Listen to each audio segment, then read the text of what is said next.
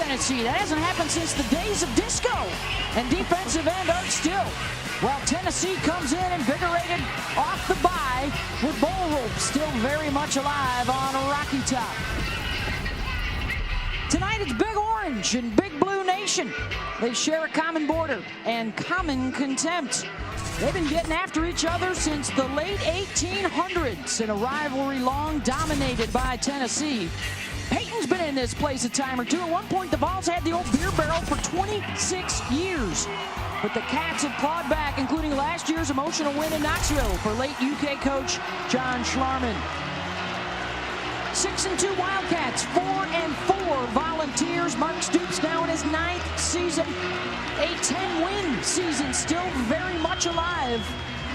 This is the big one they got to get with the remaining schedule very favorable. And for Josh Heupel, year number 1, it is a much improved offense for the Vols. They too hopeful to get a bowl bid and get things back on track in Knoxville.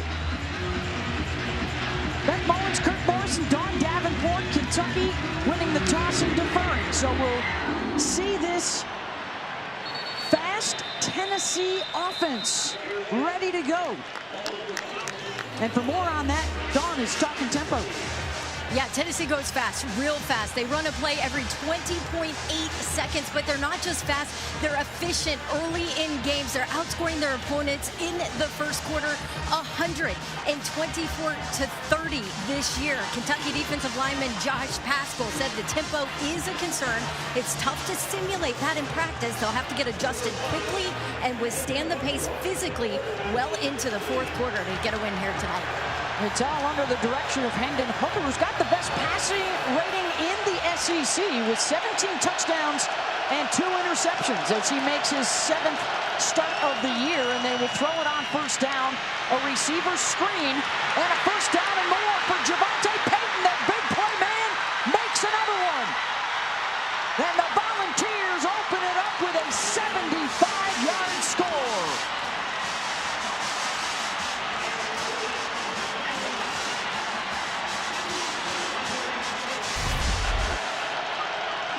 Well, you want to go fast, and this is what Tennessee does. But Kentucky, sort of what we saw last week, it's reared its ugly head all over again. Poor tackling from this defense of the Kentucky Wildcats. Mississippi State had big plays because of the missed tackles, and already to start this football game, you can't volunteer those types of plays, but yet the Tennessee Volunteers are already on the board. Terrific blocking on the perimeter from the other receivers out there. The extra point is good from Chase McGrath. And for Peyton, his 5th touchdown catch of better than 25 yards. That's his 2nd 75-yard TD of the year. It's just blocking on the perimeter. You got to be physical, and no one gets off a block. And then poor tackles right there. You got to be able to make the plays. This Kentucky defense, they talk all week long about getting to the spot, being physical in their tackles, and just making the play. And the play's there to be made. You got to make it. Did not, and now it turned into Tennessee singing the fight song. Terrific blocks from Velus Jones and Princeton Fant out there to clear the way for Peyton. And one play in, the Volunteers on top. They are trying to prevent Kentucky from winning their 2nd straight for the first time since 1977. And as they have done all season, Kirk, fast starts in the first quarter. They're averaging better than 2 touchdowns a game in the first quarter this year. Yeah, and you would think that Kentucky being at home, the crowd, everything kind of going your way, and yet the first play by the visiting team is a 75-yard touchdown. And again, a reminder, Kentucky deferred to let Tennessee have the ball first tonight. Boot from Toby Wilson is away, and Kentucky will have it to start at their own 25. For Will Levis, the transfer from Penn State, leading them to big wins over LSU and Florida, but really struggled against Mississippi State last week. Yeah, that's the big thing that was talked about here in Lexington. He's got to get the turnovers fixed. That's what his head coach, Mark Stoops, said. Get the turnovers fixed. He's got to protect the football. The full football has to be about the program, protect it. No interceptions today, hopefully. I'll start out with a couple of tight ends in there, and Chris Rodriguez in the backfield. And the first carry is for Chris, and he bounces to the outside and picks up 8 or 9 for the junior from McDonough, Georgia. Over 2,100 yards rushing in his career. That's top 10 all-time at Kentucky, and he's averaging over 100 per game so far this season. Well, that's a nice way to start, right? You run over a guy, get to the second level, showing that he's 100% healthy. That's what the talk is all week, that Rodriguez is now fully healthy. We'll send Rodriguez out to line up as a wide receiver. Empty set here for Will Levis. Short underneath, incomplete. Looking for Wan'Dale Robinson, and it will be third down. Theo Jackson had the coverage as he returns from an injury. But that's the chess match. Because if you look at that pass by Levis, why throw into double coverage? I know that Wan'Dale Robinson is your guy. You're going to find ways to get him the football throughout this game, but try to not put it in double coverage. They will come quickly to the line here on third and short, and the keeper for the quarterback. And the spot is a good one. That'll move the chains for Kentucky as Levis picks up the yardage. Yeah, when we talk about number one, Wan'Dale Robinson, he gets about 41% of their catches. So much of the offense runs through him. So they're trying to find that balance, right, Kirk? Let's get him the touches, but let's see if Josh Ali can step up. DeMarcus Harris can step up and make more plays with Levis looking their way from time to time. For Wan'Dale Robinson is a drive starter. If you want to get a drive started the correct way, you get the ball to number one first, and you have everybody start to come along as well. Kavosiey Smoke was wrapped up in the backfield by Omari Thomas. And a loss of 1. Looks like there was a flag tossed on the play as well on the far sideline along the line of scrimmage. Defense lined up in the neutral zone. 5-yard penalty, first down.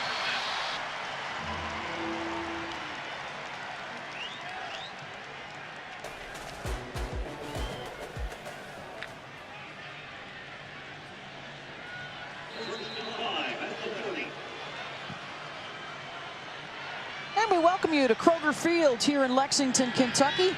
Tennessee scoring on their first play from scrimmage, a 75-yard touchdown strike to grab the early lead. And now the first possession here for the Kentucky Wildcats. And let's revisit the score. Hendon Hooker to Javante Payton. And it's just a quick screen on the outside and poor tackling again by the Kentucky Wildcats. Last week, they didn't tackle well against Mississippi State. And the first play of the game, a couple missed tackles, and Mr. Payton, 75 yards to the end zone. Yeah, we'd like to welcome those of you that watch Cincinnati hang on and remain undefeated. It's been another chaotic day around college football with Wake Forest losing for the first time. Looks like Michigan State will follow suit. Purdue with the upset, so a couple more unbeatens go down.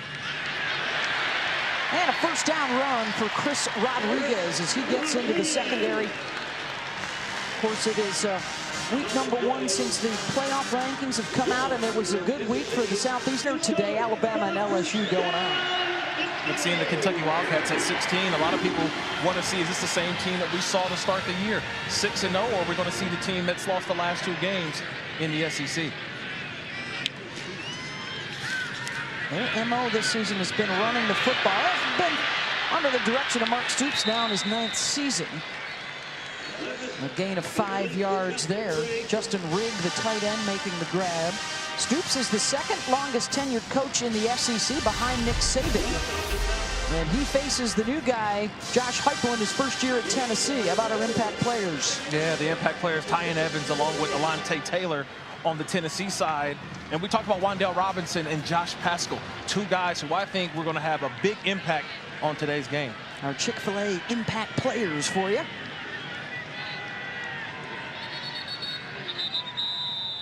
And a whistle and a quick timeout for Kentucky here. Their first.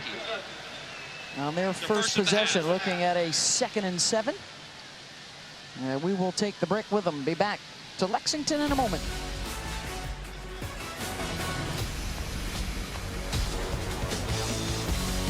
On ESPN. Early 7-0 lead for Tennessee on the road in Lexington tonight. I'm Beth Mowins along with Kirk Morrison and Dawn Davenport. It's a big night for Kentucky, Kirk, after their 6-0 start to the season. They've dropped their last 2 games. They haven't been able to do what they do best, and that's run the football. That's got to change tonight for them to control this clock. Well, it better change. That's what people in Lexington are asking. Will the real Kentucky Wildcats team please stand up? Please stand up. And I think it's about getting back to right here, the run game. That's their true identity, getting back to the running attack. That's Kavosiey Smoke, the junior from Alabama. Picks up 18 yards there. And when Kentucky's running the football well, it opens up everything for the offense. It opens up the wide receivers. It opens up the tight ends. Everybody benefits when they are running the football as well as they did to start the season. Yeah, when we talked to Mark Stoops, he mentioned the big blue wall, this offensive line that really is the generator for the offensive attack. They've been salty all week. They've been disappointed with the run game the last 2 weeks and losses, granted, to very good run defenses in Georgia and Mississippi State. But I thought that was a great word, salty. And Darian Kennard, by the way, wearing the 65 today for the late John Schlarman, their former O-line coach. Yeah, they want to get back to the rushing attack. They just felt like last week at Mississippi State, they weren't the physical team. They got pushed around last week. They talked about it all week long, and they want to go out and be the aggressor against Tennessee. Darian's on Mel Kiper's top 10 list for offensive tackles that might be available for the draft next year. They'll run it again with Smoke, and he's got the first down yardage.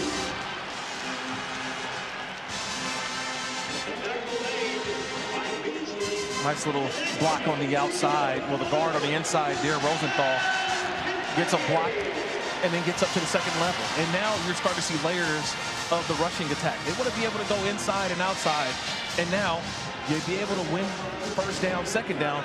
You're able to take some shots, and that's what Will Levis, he has to connect on his opportunities, taking shots down the field. Rodriguez, the offset back. Wan'Dale Robinson is slotted right. Number 1 is their big playmaker on this 10th play of the drive.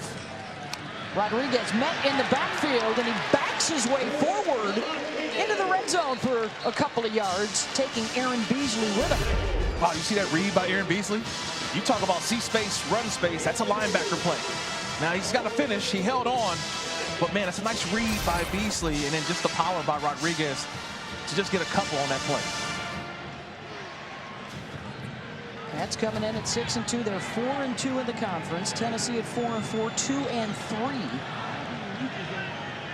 They're fighting for bowl eligibility in this final month of the season.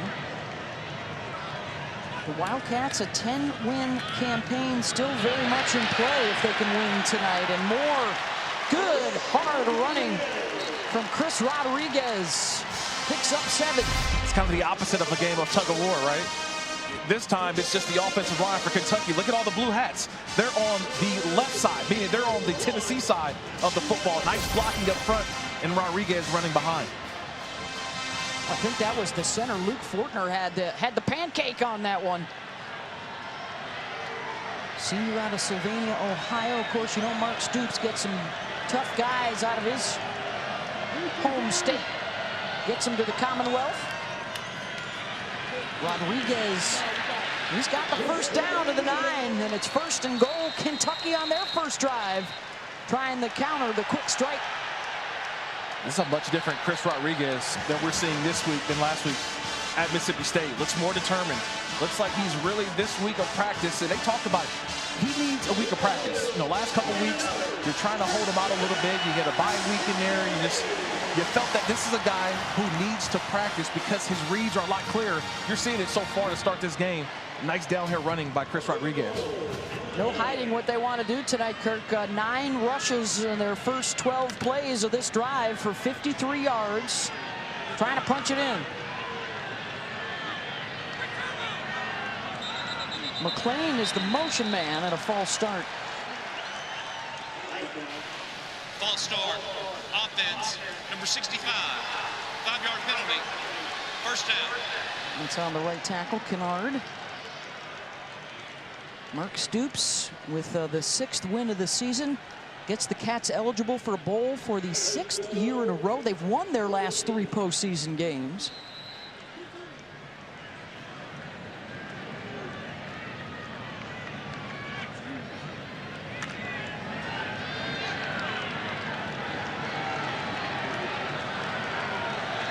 And the ball back out around the 15.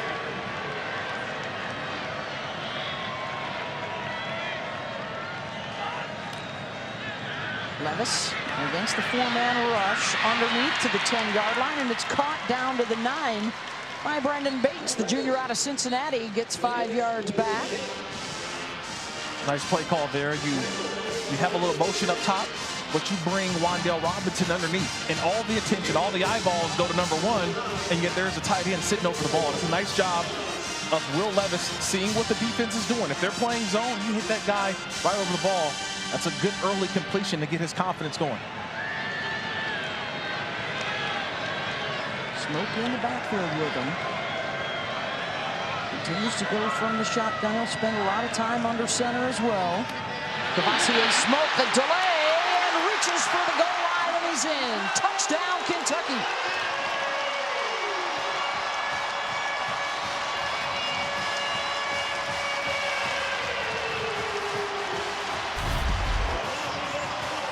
Just watch the left side of the offensive line. You get 2 tight ends in there, Bates, Riggs, and then Rosenthal, Horsey, Fortner, the center. It is a group effort, that left side of the offensive line, creating holes, creating gaps. And you don't need much for 5'9", 201 Smoke. Kavosiey Smoke to the end zone. That's what the Cats want to do. They eat up 8.5 minutes off the clock on a 75-yard, 14-play drive. Matt Ruffalo with the PAT ties it at 7. You score first, just give us our opportunity. Offensive line getting off the ball. Tennessee's 26-game winning streak in this series. This is a big rivalry for these border fans, and Dawn found one in particular that's enjoyed. Yes. A bunch. A bunch. How about this is John T. Bryce's 52nd consecutive Tennessee-Kentucky game. Been to everyone since he turned 18. He's 70 now. He was recently diagnosed with pancreatic cancer and has started chemo, but Mr. Bryce convinced his doctors to let him attend this one game here tonight. Had to do some extra blood work and tests to get approval, but guys, the streak continues. He will return to chemo treatments on Tuesday. Mr. Bryce, I know there are a whole lot of Tennessee and Kentucky fans that will be pulling for you, and so are we. 50 seconds straight. Best wishes indeed, and true fandom. Absolutely, that's college football at its best right there. Lot of Tennessee wins over that time, but in recent years under Mark Stoops, Kentucky's started to turn things around a bit in their favor.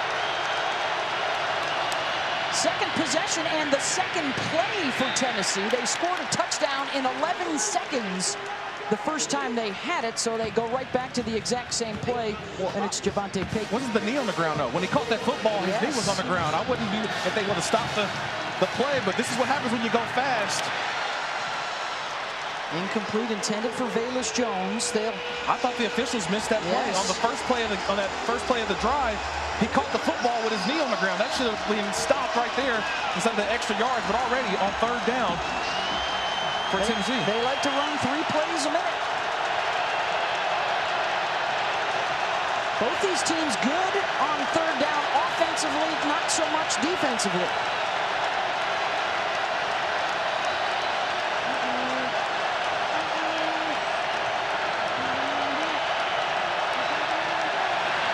This is where Hendon Hooker, his eyes, his pre-snap verification of what the defense is doing.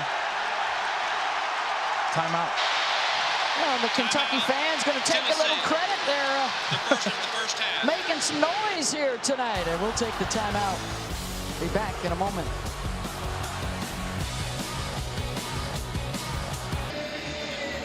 Tied at 7, it's 3rd and 7, but is it really, Kirk Morrison? No, it should be 3rd and 10. You look at the first play of the drive, the ball thrown to Javonte Payton, but watch the left knee. The left knee's on the ground. That should have been a no gain, blow the whistle, but when you go as fast as the Tennessee offense does, you get away with those types of plays where the officials, the replay booth did not call down to stop play. An advantage there for Tennessee.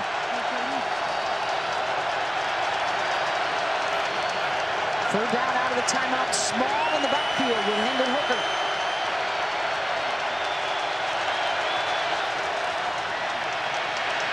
Big time, slings it down the sideline. He's got a man on the run and caught at the 40, and it's another Tennessee touchdown. This time it's Velus Jones. 72 yards score, 45 of those after the catch. All this is just recognition. Recognition by a senior quarterback. Hendon Hooker just realizes I've got Velus Jones on a linebacker. DeAndre Square, number 5. I got a 6'1", 224 linebacker trying to run with one of the premier players in the SEC. I'll take that matchup every single play. Hooker finds it, and another touchdown. Big play for the Volunteer offense. 2 touchdowns in 36 seconds.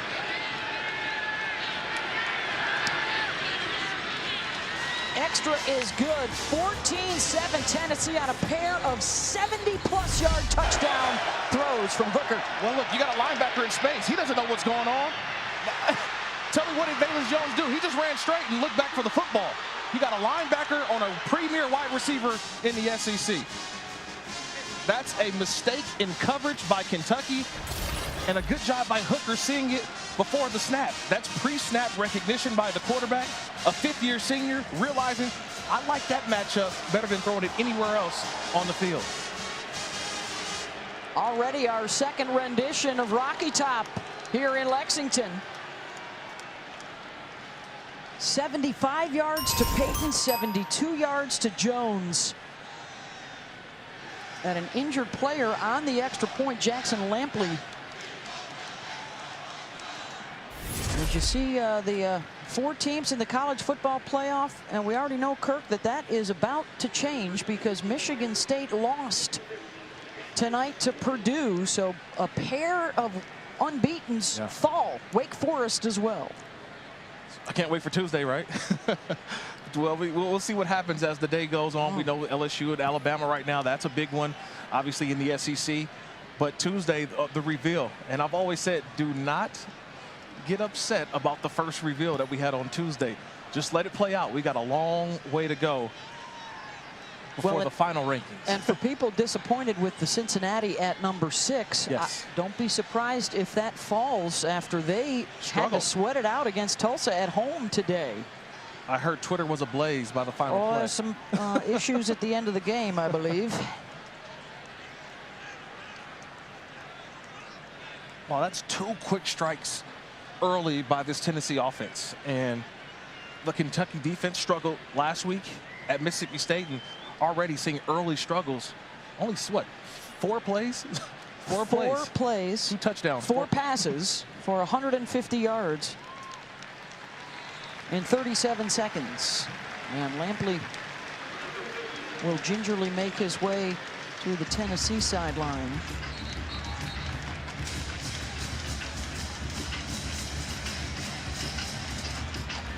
Unfortunately here for him, because Tennessee, coming off the bye week, was actually getting healthy again in the middle of the season. They've had some issues with injuries through the first half of the year. They have just started to get some guys back in the fold.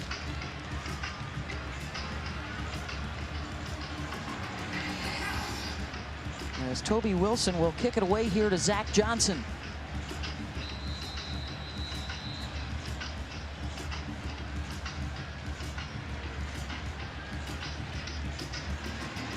This has played out exactly as both offenses would hope. The quick strikes for Tennessee, the nice leisurely run it right up the gut, stroll down the field for Kentucky the first time they had it.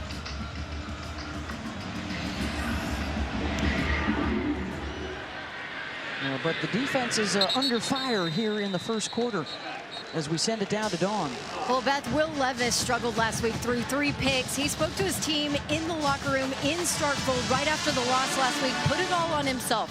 Told his team he knew that wasn't him, wanted them to know he was going to commit to attacking the week, preparing for Tennessee like they had never seen before, and he challenged and asked his teammates to do the same. He told me he felt they had a great week of practice, and we're seeing that offensively translate onto the field so far here tonight. Yeah, the coaches talk about trying to make Will feel as fluid as possible. They thought he was a little rigid at times, a little out of sorts last week, and a throw like that, a quick hitter, to get it to a playmaker like Wan'Dale Robinson will help boost that confidence. Well, we've seen that play a lot, a drive starter, right? To start every drive, it seems like Wan'Dale Robinson gets the football. But that's sort of the crutch for, I think, Will Levis. Get an early throw, get the confidence going, and will that now open up the run game more? We saw them feature that in that first drive. Can they get back to that and also keep that Tennessee offense on the sideline?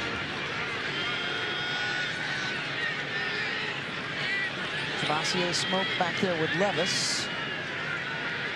9-yard touchdown run already for Smoke as McClain goes in motion. And Kavosiey again right up the middle, gets out across the 30, runs into Tyler Barron and Jeremy Banks, the leading tackler for the Vols this year. Job number one for this big blue wall is to keep those guys out of the backfield, because Tennessee leads the country in tackles for loss.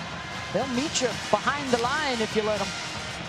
Would you like this 3rd and 3 right here for Kentucky under center?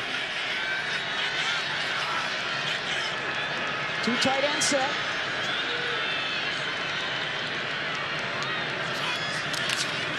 Rodriguez hit and then able to lean forward and tumbles across the line to gain for 5 more. Got through Jalen McCullough for the first down. Yeah, McCullough's right there to make the play. Watch the left side of the screen. 22, one-on-one, 22 versus 24. And 24 wins that matchup. Just gets enough for the first down. Watch the power and the balance by Rodriguez. Just keeps enough momentum going forward for the first down. Izayah Cummings will come to the left side of the line and lead block for Rodriguez, who finds a seam and picks up 9. They have already run for more yards here in the first quarter than they did all last week in Stark Vegas. It starts with that block by the tight end. You mentioned it, Izayah Cummings. He gets the kickout block. And Rodriguez is showing his ability. He ran inside, now showing the ability to run outside. Positive yards on first down.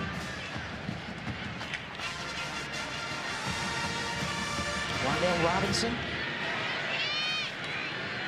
to the left side with Josh Ali. Play action.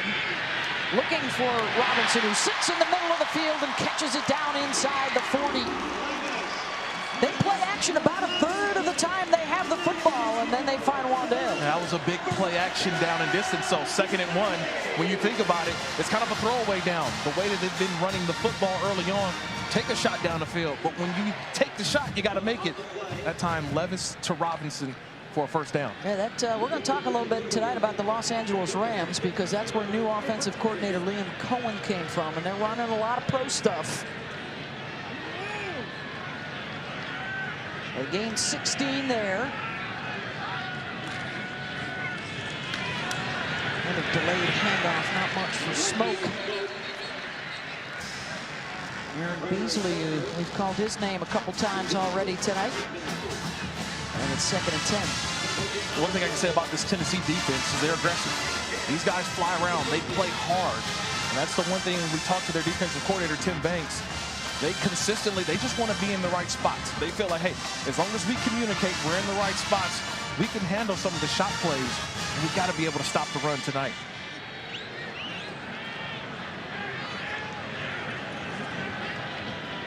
Second down. There goes McClain again. Levis looks the other way, and a first down catch for Josh Ali, the senior out of Hollywood, Florida. They're hoping to get him and more involved tonight. Gain of 12. You talk about being fluid. That's what this coaching staff wants to see Will Levis be, more fluid. Take what the defense gives you. That time, a little bit of blitz. He saw the blitz, but was able to locate his receiver. That's a nice pickup for a first down. Cohen getting into the college game for the first time, coming from the pros. So we use a lot of similar formations. We tried to use the same cadence, a lot of the installs that they used in Los Angeles.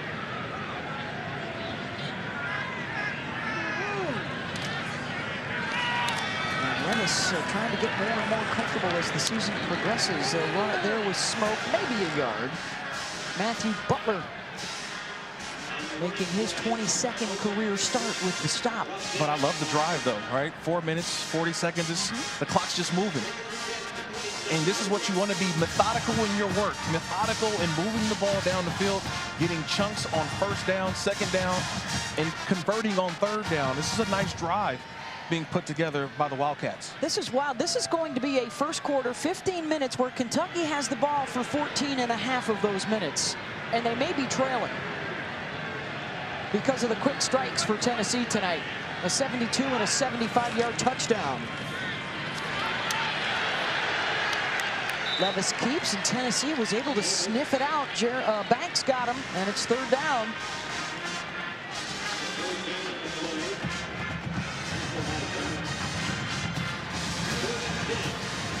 You probably won't see that play too often. They're just kind of keeping the defense honest. With Levis holding onto the football. That time I thought he could have handed it off. But that time, keeping that defensive end. They'll come back to that play, but a nice job by Tyler Barron. That'll do it. 14-7, Tennessee with the lead through one tonight in Lexington, Kentucky. Long sustained drive for the Cats and 2 70-yard plus touchdowns.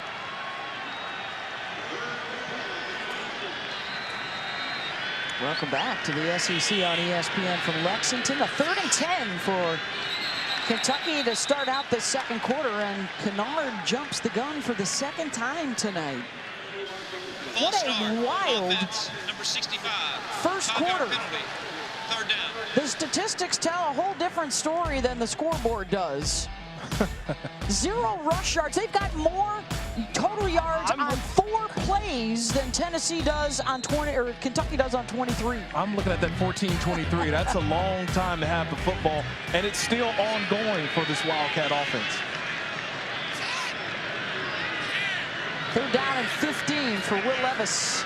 Empty set, 5 wide. Robinson slotted left. That's his first look, and he's going to go for the deep ball into the end zone, incomplete. Behind Josh Ali, and it's 4th down. Theo Jackson had the coverage. I got to put that one on the quarterback. That's got to be toward the pylon. That ball has to be thrown at the pylon. The adjustment by Ali, I don't think he could have got there. If that's something, because you're looking at Levis and he's saying, oh, come back, adjust to it. But I think if he throws that to the far pylon, that's a touchdown. You're talking about the back one, the back pylon, yeah. Not the front pylon. It looked like he thought it should have been the front pylon. Miscommunication. Yeah. Miscommunication. He throws that to the back pylon. That's a touchdown. Buffalo on to attempt a 50-yard field goal. And it is no good. Had the leg, but missed it right. And the score will stay 14-7. How big was that false start, though? Kennard pushed him back about 5 yards. Now, would that have made a difference? Who knows? But again, mistakes in a drive now costing the Wildcats points. Hey, let's take a look at our drive recap brought to you by Mazda. And here are the Tennessee touchdowns.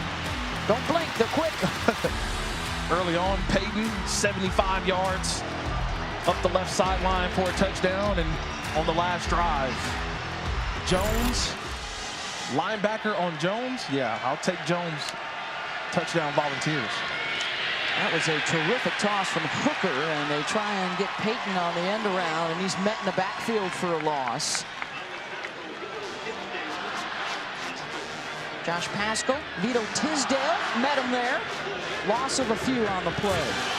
So here goes the up-tempo Volunteer attack.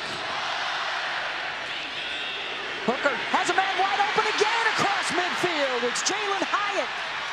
Breaks a tackle at the 20. And shoved into the end zone. And the official on the far sideline saying they stepped out of bounds. Way back near the 30-yard line. Let's see where they spot it. Out at the 29, it's still a pickup of 41.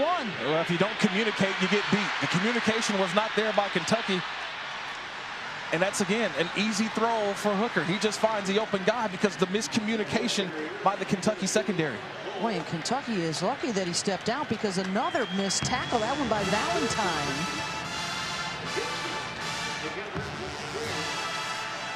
So after a no gain on first down, the ball is out. A fumble on the exchange.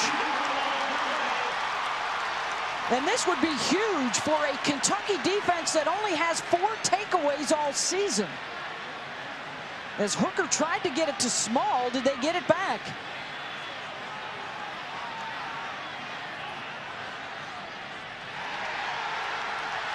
And they did. Kentucky football. And the rare turnover for the Cats defense.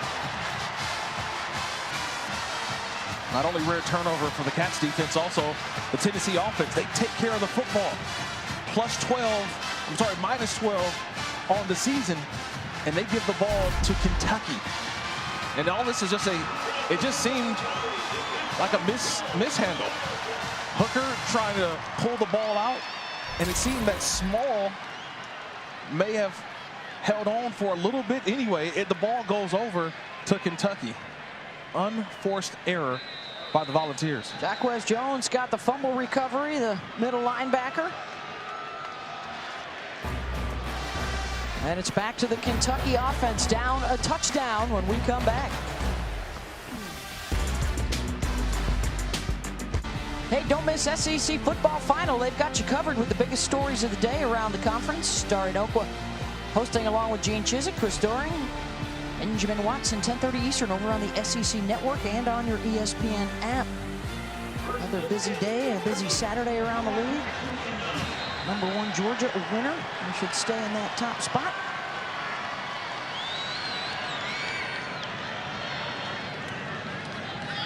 Kentucky off of the turnover, a rare takeaway for the Wildcat defense, and Levis finds Josh Ali, a gain of 13 and a first down. Starting the drive off a little different there, getting Levis on the move. That time a nice throw to the outside to Josh Ali. It's a nice little drive starter, a little bit different than before, running the ball or getting to Robinson. This time Ali starts the drive. Texas A&M a winner over Auburn today. Arkansas beat Mississippi State. How about LSU right now? Up a touchdown over Alabama in the second quarter. Other action around the league on a day where we've seen 2 more unbeatens lose. Michigan State and Wake Forest go down. Wan'Dale Robinson, they got a couple of guys to swarm around the playmaker, led by Warren Burrell. That's a nice tackle by Burrell. You just want to grab anything. It doesn't matter what it is. You can just grab a shoelace, a foot, a towel, a jersey. You're one-on-one with one of the premier players, I think, in college football, Wan'Dale Robinson. That's a terrific play by Burrell, all by himself. That's a big tackle you can celebrate on. He's part of the new breed around college football, these what Mark Stoops called a free agent fit. Now, you're finding guys in the portal. So you're not just recruiting high schoolers, you're recruiting current guys in college that can help you out right away. Robinson's certainly one of those as they run it with Rodriguez out across the 45. And that'll bring up third down at about 6. 9 carries, 47 yards here in the first half. They've already run it better tonight than they did against Mississippi State and certainly against the Georgia defense. They fell to the #1 team a couple games ago. But it's a favorable schedule the rest of the way after tonight. Look at the Tennessee defense. First thing, find out where's Wan'Dale Robinson. They got a safety over the top of him. Pressure coming. Levis with time, looking for Robinson over the top, and he's got it down to the 25-yard line. Good protection to give Levis time to find him, and he sticks it in there for 31. They found the weak spot in the defense. The safety's toward the middle, and Robinson gets to the outside. That's a nice throw by Will Levis. He leads Robinson to the outside. That's a nice over-the-shoulder catch by Wan'Dale Robinson. That's quarterback, wide receiver on point. Levis hitting on about 66% of his throws this year. Interesting to note, too, Tim Banks, the Volunteers defensive coordinator, was with Levis at Penn State before he transferred. The throwback here to the quarterback. He's got 3 blockers with him. Levis inside the 10, and down he goes at the 7. Chauncey Magwood threw it back to him, and they gained 16. Something was wrong when you saw the formation. And Kennard, the right tackle, was all by himself. A nice move into the line of scrimmage by Levis, throw to the outside, and came all the way back. A big play. He'll speed up the tempo. Levis leaping in the air towards the goal line. Touchdown, Kentucky. Levis goes airborne from 8 yards out for the score.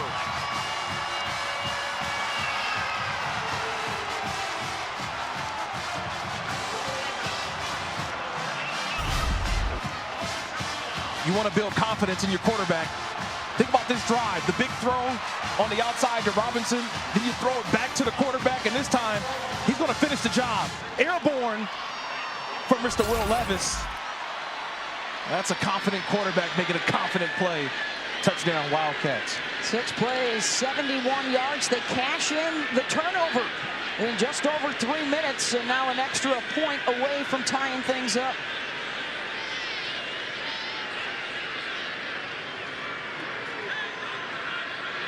I believe they might be reviewing the touchdown to make sure that Levis broke the plane before anything contacted the field of play. I don't think there was any doubt on that. Is a touchdown. The previous play is under further review.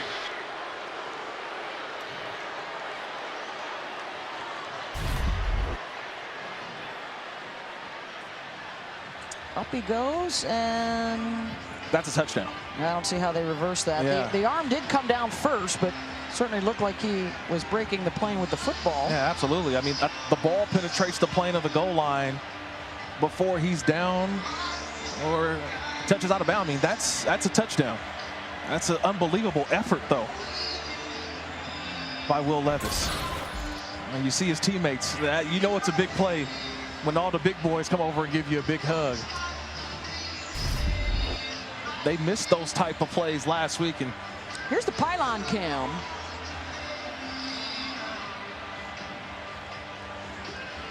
I have not seen an angle that tells me anything different. Soaring in for the score. Look at the elevation. Yeah, that ball, that's a touchdown. Just the tip of that nose of that ball touches the goal line. That's a touchdown. After further review, the ruling on the field stands. Touchdown.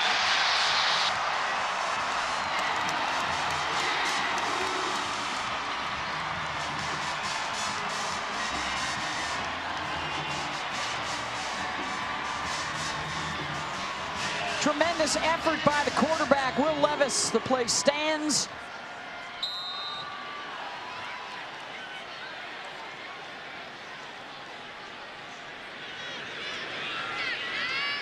And Ruffalo to tie it.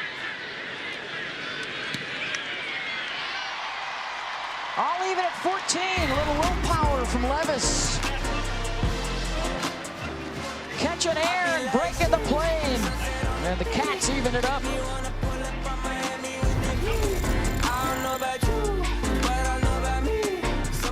College.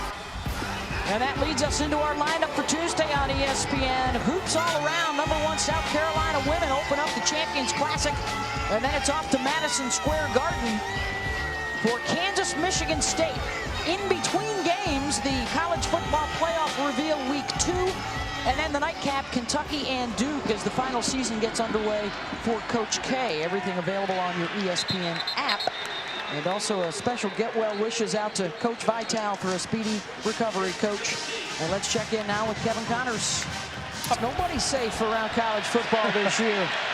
That's the target. Target's on your back. Upset after upset, scare after scare. Incomplete on the throw. Hooker a little hot on the pass intended for Princeton Fant.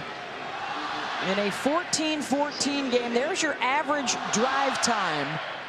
Nearly 18 minutes of possession for Kentucky, under 2 minutes for Tennessee. Yeah, a lot more traffic for Kentucky, right? A little slower pace than what this Volunteer offense is used to doing all game long. Tyon Evans, the carrier, but the flag thrown behind him at the offensive line.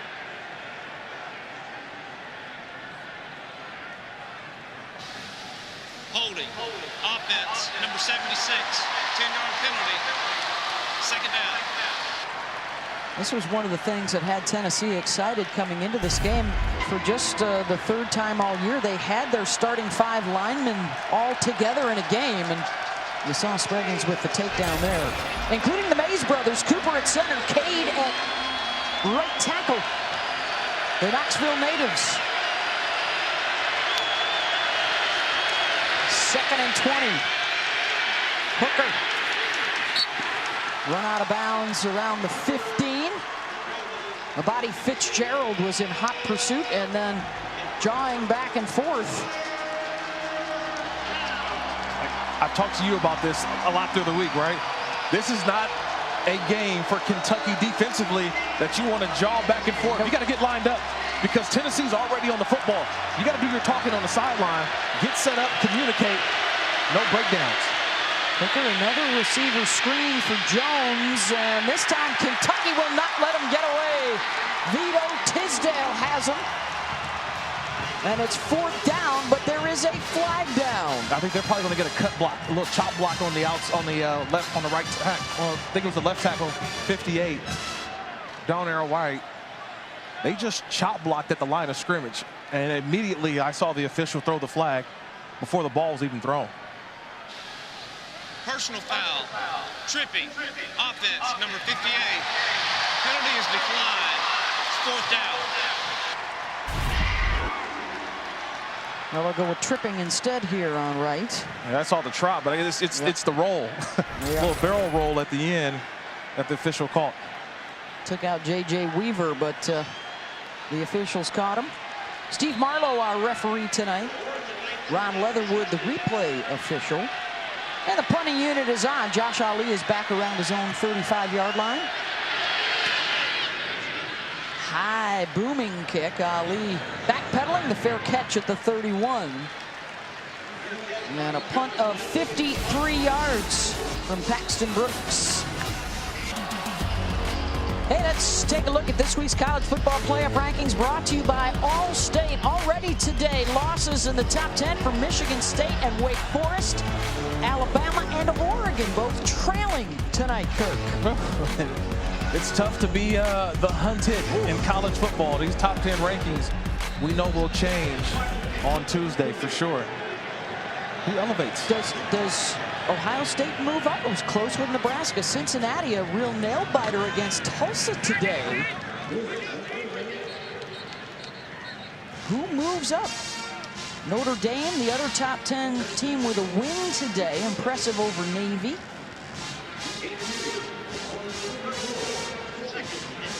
I think we know Georgia will stay put at the top. Another big win for the Dogs as they inch closer to 12-0. They have Tennessee next. The Volunteers right now in the midst of a 4-game stretch against ranked opponents.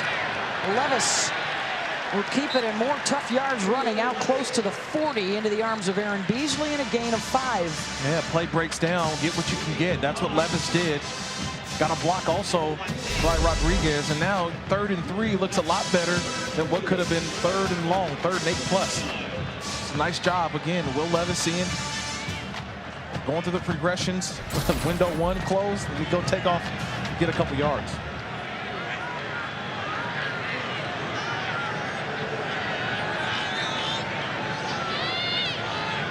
McClain moves into the backfield with Levis.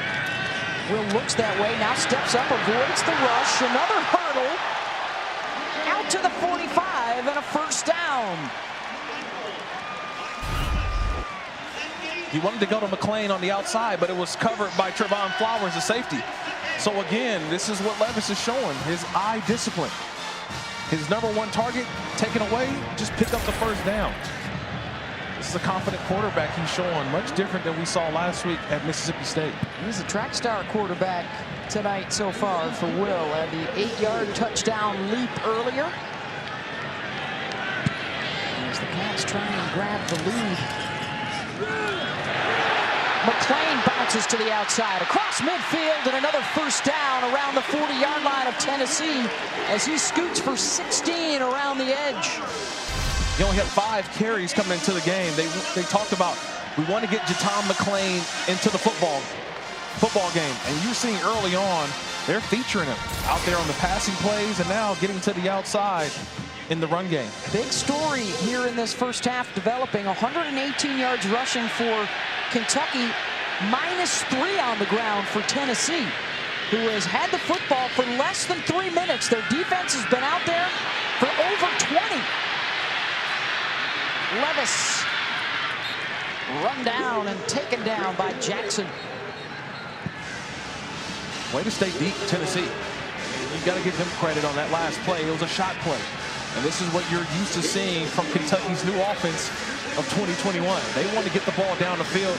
Tennessee was all over it. Safety's deep, and Levis, instead of forcing it, just picks up a couple yards. Oh, and Stoops is furious about something. He's working the officials. 2nd down and 7.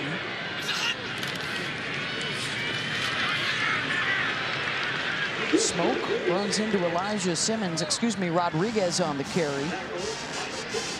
Tennessee gets Simmons back up front defensively. That's big for them.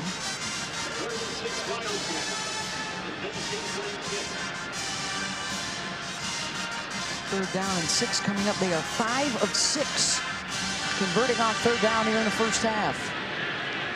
Again, where's Wan'Dale Robinson? Where's he lined up at? This time he's in the slot up top. Izayah Cummings joins him there. 4-man pressure. Levis all day to throw in. He's got it. 20-yard line to Chauncey Magwood in his first catch of the season after he threw a pass earlier tonight. And that'll move the chains. I can't tell you how many times I've seen that route on Sunday by the Los Angeles Rams. It's Cooper Kupp is playing the role of Wan'Dale Robinson, and then there's Robert Woods in the nice little in-cut behind. They get the linebackers and safeties to converge on Robinson, and there's the in-cut right behind for the first down. That's nice the job by offensive Levis. coordinator, Liam Cohen, former quarterback coach in LA. Mark Stoops wanted to change things up offensively, and they brought in Cohen to try and run some more pro-style stuff.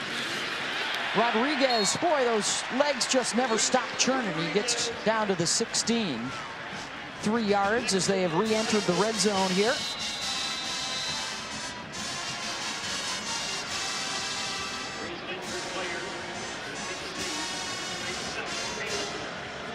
There you go. That's a fired up offensive coordinator, Liam Cohen. He wanted to get back to some consistency. And that's what you're getting so far in this game by this Kentucky offense. Looks like might be cramping here for Caleb Tremblay. Under 5 to go in the half. Back in a moment. On ESPN. Good one here in Lexington in a tie game. Kentucky on the move. A reminder, you can kick off your Week 9 NFL Sunday at 10 Eastern with the Countdown Crew on ESPN and the app. They'll have all the latest for you. Jordan Love going to get the go for Green Bay against Kansas City this weekend. And then it's Bears-Steelers on Monday Night Football at 8 o'clock Eastern. Under 5 to go in the half. Levis, dangerous pass, knocked around and almost intercepted. Theo Jackson there to mess things up. That's a terrific read by Theo Jackson. You have to prepare for that moment because he saw it and just took off. Just watch 26, Theo Jackson. He sees Wan'Dale Robinson. He's all over. He should have intercepted that pass. He believed it and made a great play. And they knew they had to be around Robinson at all times. The big playmaking threat. Look at 6 of 7 on 3rd downs here in the first half for Kentucky. They're looking at another one. Levis, quarterback draw. He's got it inside the 5. 1st and goal, Kentucky, as they try and make it 3 touchdowns and 3 red zone trips. This one's all on the offensive line. The secondary's playing a little bit off. Watch the center, though, Luke Fortner. The center just gets all the way up, and he's just picking linebackers off, allowing Levis to find the opening, find the gap, find the yards that are needed for the first down. 7 carries, 35 yards for Levis. They are wearing out this Tennessee defense. They've been on the field for 23 minutes, and they'll go jumbo here with 6 offensive linemen. They'll bring a tight end into the backfield. Levis on the rollout. Touchdown, Wildcats. Justin Rigg.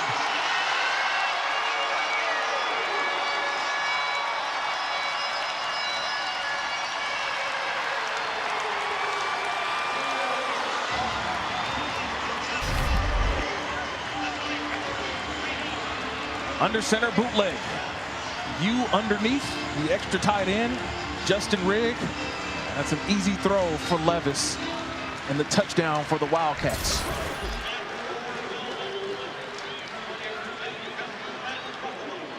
First lead for Kentucky. Ruffalo on for the PAT as they go 11 plays, 68 yards in 5.5 minutes. We talked about the tempo. The Tennessee defense right now is on pace to be on the field for 50 minutes. Nearly 25 minutes they've been out there already in the first half. Penalty is against Tennessee.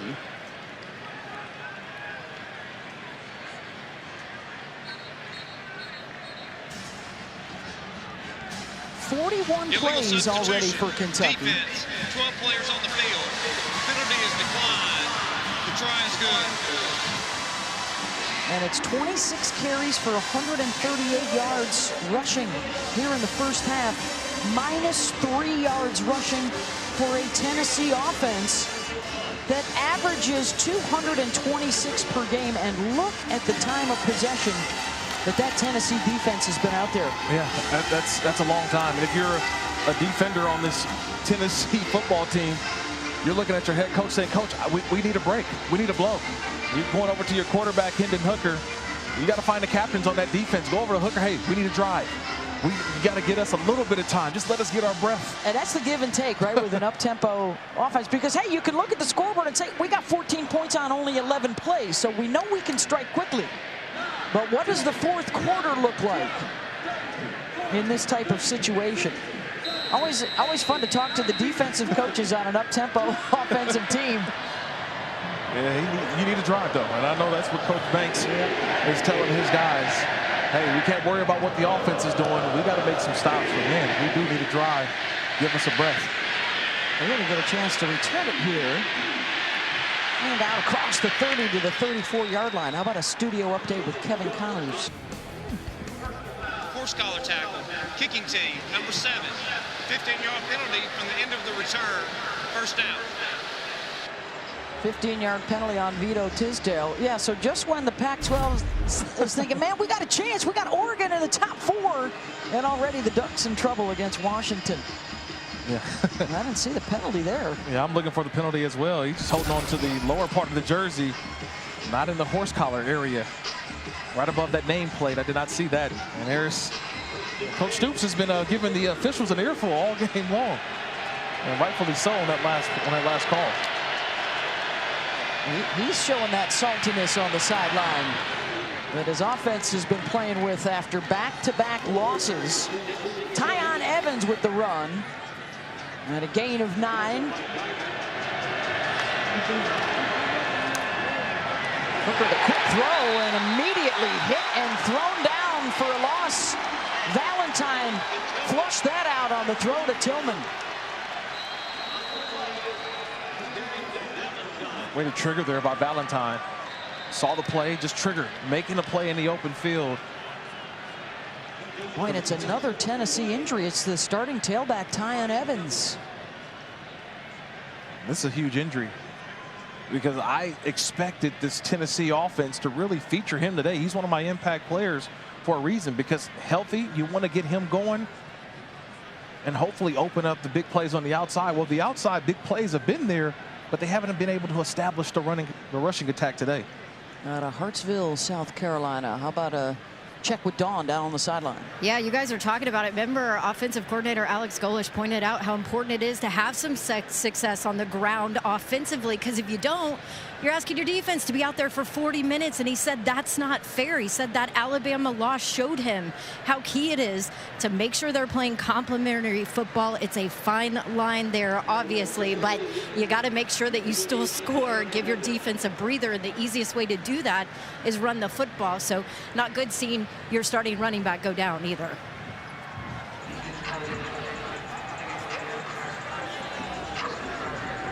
That's what they're talking about upstairs in the booth right now. Okay, how do we have to adjust things without Evans, at least for a play here? Well, they want to continue to at least get a drive, and it's something that has to be talked about too. Hey, we got to give our defense a break. Just give them one drive, whether we get 2-3 minutes.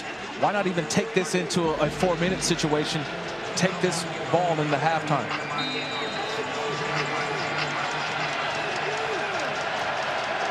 First and 10, 3.5 minutes to go in the half. Trying to drive for a tying score, and flags quickly, and the penalty against Tennessee.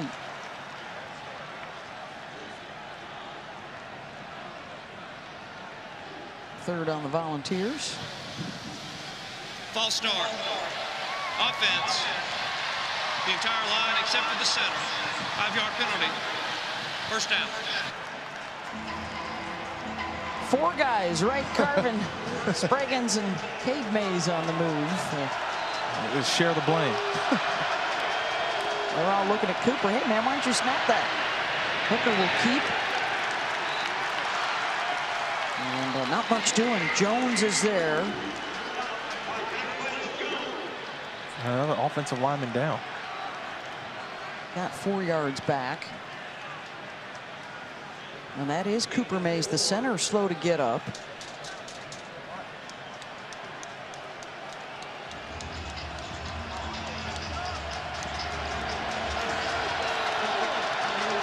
On 2nd and 11. Hooker. Blitz coming right at him, and down he goes. Jaquez Jones right up the middle. And then Tisdale was able to finish him off. It's a loss of 7. Watch number 10, the left side of your screen. He comes and just sees the blitz, waits for it to open up, and he hits it. Like he was shot out of a cannon, just right through and untouched to the quarterback, Jaquez Jones. It's an offense that allows the most sacks in the SEC.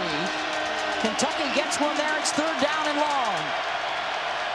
Hooker, another receiver screen to Jones. Got blockers in front of him. He'll get a bunch of it back. He's going to come up short. Behind Darnell Wright, he gets 14. Yeah, but this 4-down territory. You want to keep this drive going with a player down for Kentucky.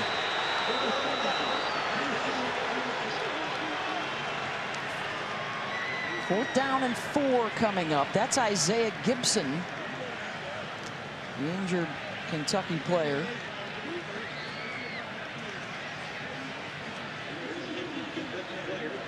.150 to go. Vols have a couple of timeouts left. A 21-14 Kentucky lead. Let's check into the studio with Kevin. And Beth, coming up on the DirecTV Stream halftime report, we'll show you how #1 Georgia continued its near historic season defensively earlier today, how #3 Michigan State was knocked off, and #5 Ohio State, #6 Cincinnati. Today was anything but easy for each of those 2 teams. We'll go through all the top teams in college football coming up when you join us at the half. Boy, another wacky Saturday around college football. Teams tumbling at the top. A couple more unbeatens go down. And as you see Gibson come off to the side, and we're looking at a 4th down. And Gibson just hit the deck as he was walking back to the line of scrimmage. But here we go, 4th and 4, Tennessee.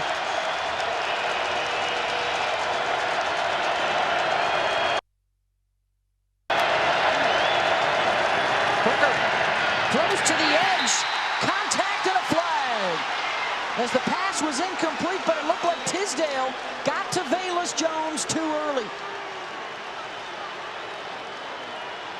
You're exactly right, Beth. He read it. He saw it and just got there a little too early. Pass interference.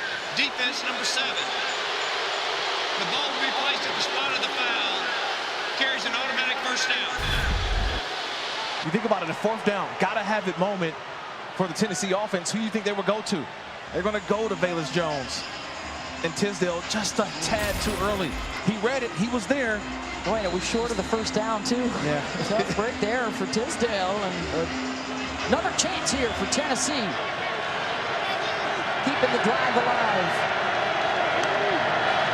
Pressure off the edge, picked up. Hooker with time. Now will step up and run with it. Shedding tacklers. He's got a first down, takes a lick and dives inside the 20-yard line, and a red zone chance for the Tennessee offense as he goes for 15. I thought he had an opportunity to run even earlier in the down. I think right now he saw the play fake, it was covered, take off and go. Thought he could have got more. Wide open across the middle, touchdown Tennessee. The tight end Jacob Warren right up the seam. 18 yards for the score.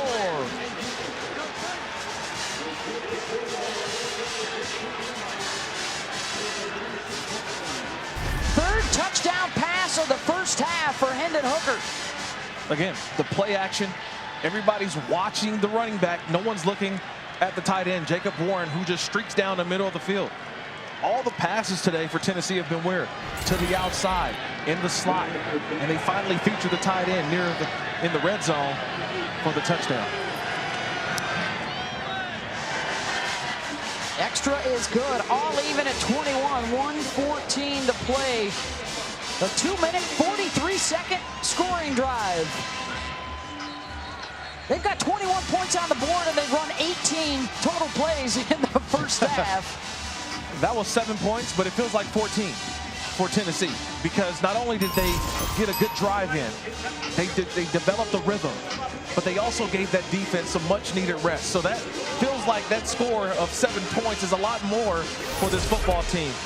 It's a job well done. And still, look, 1:14 left. Hopefully you can hold out and take this thing into halftime tied up. Boy, it's really developing into a terrific rivalry. So one-sided for years for Tennessee, and under Mark Stoops, Kentucky making some noise in recent seasons, and now the arrival of Josh Heupel and the cranked-up offense along the Tennessee River. Going to take this to another level. They've been squaring off since the late 1800s. It's the third longest played rivalry in the Southeastern Conference. They share a common border and common contempt. And now a common score with 1:14 to play in the half.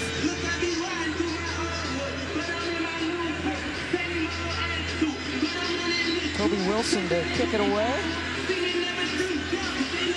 Zach Johnson back at the goal line for Kentucky.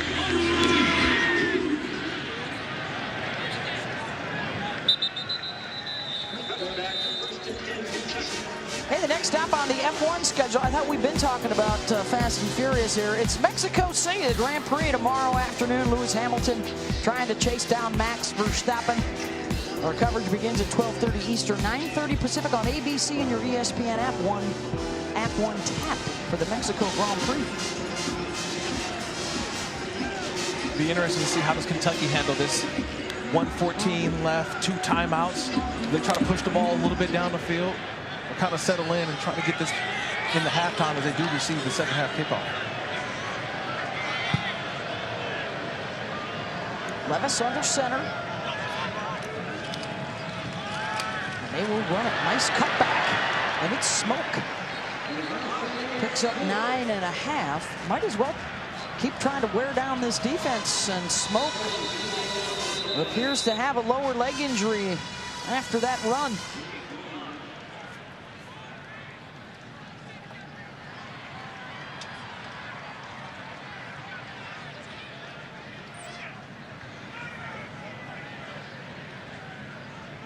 Hopefully he's okay. He's walking off the field, and that would be a big blow to this Kentucky offense. And he is struggling to make it to the side here on this 27th rush of the first half for Kentucky, and gets that leg caught underneath him. Caleb Tremblay with the takedown. This will be the 43rd play of the first half for the Wildcats. Robinson with a touch on the perimeter, runs out of bounds at the 40 to stop the clock. Still with a couple of timeouts, under a minute to go. You had 2 positive plays. You had the drive starter, the run by Smoke, That kind of got you going. Now another throw to Robinson. Now you're in full 2-minute mode. You're now in striking distance where you know we get a couple more yards. We're in field goal distance, but if you get it all the way down, we can still have 7 points to end this half. Matt Ruffalo, by the way, has missed tonight from 50. So keep that in mind as they try and move this down the field. The fake to Rodriguez, and Levis throws it away. Tremblay was bringing some heat. 2nd and 10. Tennessee defense is all over that one. Again, just staying deep. They don't want to get beat by the deep play. So understand the situation, knowing that they still have 2 timeouts left, Kentucky does. So they can throw it anywhere on the field. So you got to cover grass, get a little deeper in your drop, keep the wide receivers in front of you. Kavosiey Smoke, by the way, did not go into the medical tent. He's trying to walk it off on the Kentucky sideline, perhaps to try and return in the second half. Levis quick on the release. He's got his tight end Rigg, and he's got a first down across midfield. Gains 14. That'll stop the clock briefly.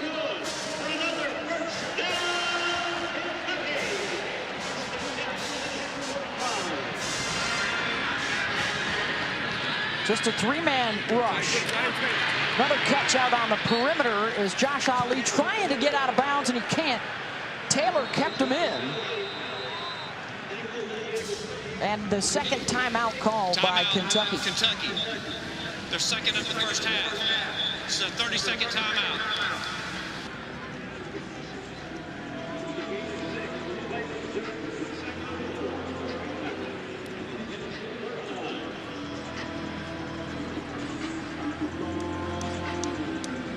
So I'll leave it at 21 apiece with 32 seconds to go. Beth Mowins along with Kirk Morrison and Dawn Davenport. Crazy statistics here. Time of possession heavily favoring Kentucky, but 20-21 on the scoreboard. Yeah, what would you expect in a rivalry game, right? You know, both teams, the fan bases, it's been back and forth. The early explosion by Tennessee, but it's been Kentucky's offense getting the drives going, the run game going. A much different Will Levis than we saw a week ago. I wouldn't expect anything different between these 2 teams, right? Yeah, very entertaining. Big plays, long touchdown passes for Hendon Hooker. He's got 3 of them in the first half. And the ground game has been churning it out for the Kentucky Wildcats. And now Levis trying to drive him down the field to grab the lead heading into the locker room. 1 timeout remaining. And now it's Tennessee with the timeout. Tennessee, they're second of the first half. 30-second timeout. So they will have 1 remaining. You know, I've been watching a lot of basketball this week, and this is a 2-for-1 possession for Kentucky. They received the ball to start the second half, so any points here is a plus. So you want to attack the end zone if possible, and this could be that down and distance. 2nd and 4, take a shot, try to get this Tennessee defense off guard, and then have a 3rd down opportunity. But with that 1 timeout still left in your back pocket, and then the ability to stop the ball with the chains moving, there's plenty of time. 32 seconds is a lot of time. No panic, no rush for the Kentucky offense, and then defensively for Tennessee, you're preaching, hey, keep things in front and tackle in bounds like we saw in the previous play. Sold out tonight at Kroger Field here in Lexington.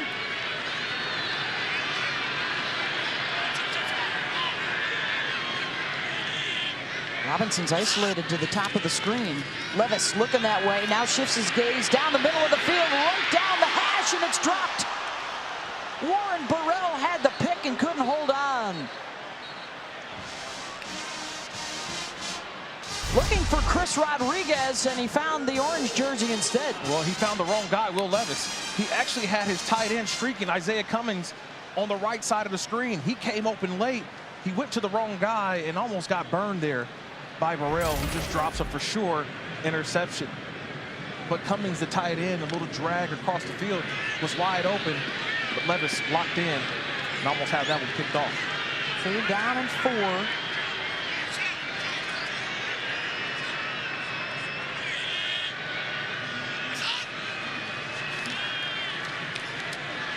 Good protection. Levis to Robinson, couldn't hold on.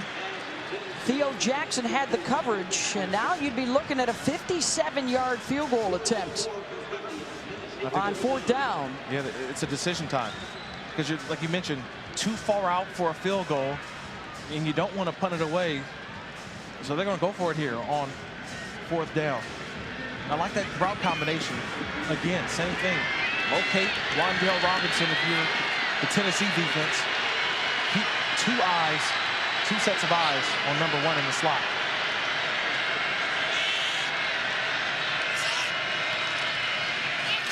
Blitz coming, Levis to Robinson, incomplete, and Tennessee will take over.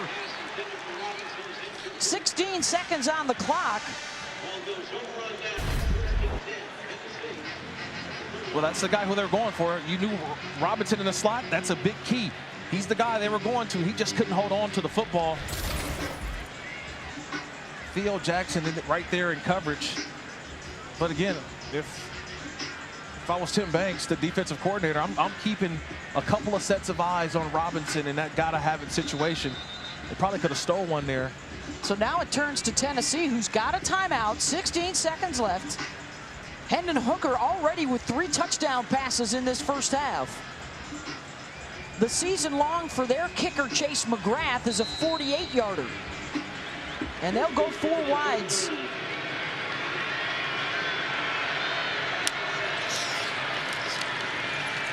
Hooker throws to the edge. And turning it to the outside for a gain of 8 is Tillman. Clock stops with 10 seconds. You still have the 1 timeout left. And this time, you can utilize the entire field. You can go take the seam. You can take in between the hashes. That's what you should be guarding if you're Kentucky. Hooker slings it, caught, and out of bounds at the 41-yard line again by Tillman. They only used 4 seconds there. Well, I think you got to kick the field goal here. 5 seconds left, not enough time, I believe, to run another play. Either you're going to kick the field goal or go for it to the end zone. They think they're going to have time. Hooker throws it to the outside, and it is caught. And there are 2 seconds left on the clock and a 14-yard gain. Efficiency. I'll give you that. Efficiency and belief. That's 3 seconds from snap to finish. A terrific job by Hooker all the way to the outside. And that's Tillman grabbing the ball at his shoelaces and getting out of bounds. 35 yards in 14 seconds to set up this opportunity for Chase McGrath from 43 and the lead into the locker room.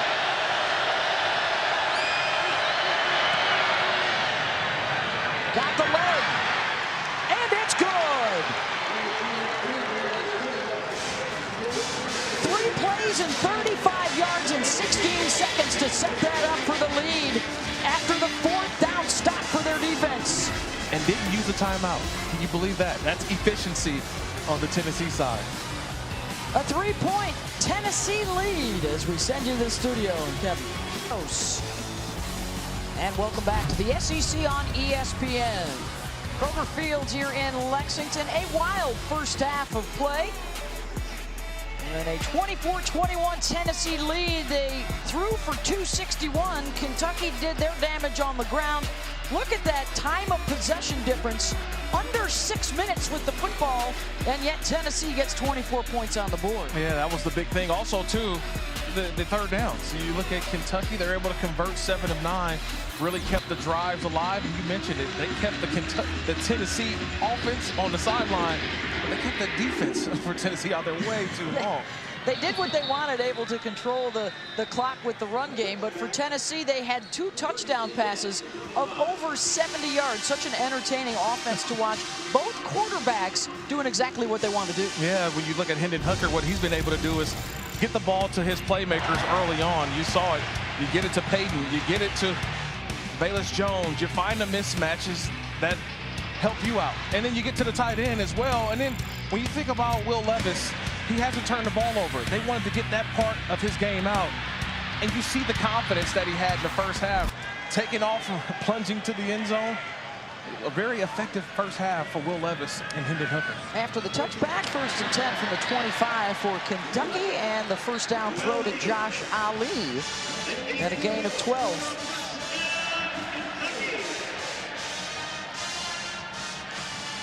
That was good for the Cats to see Kavosiey Smoke back in the game. He got dinged up in the first half. We'll go back to Chris Rodriguez here.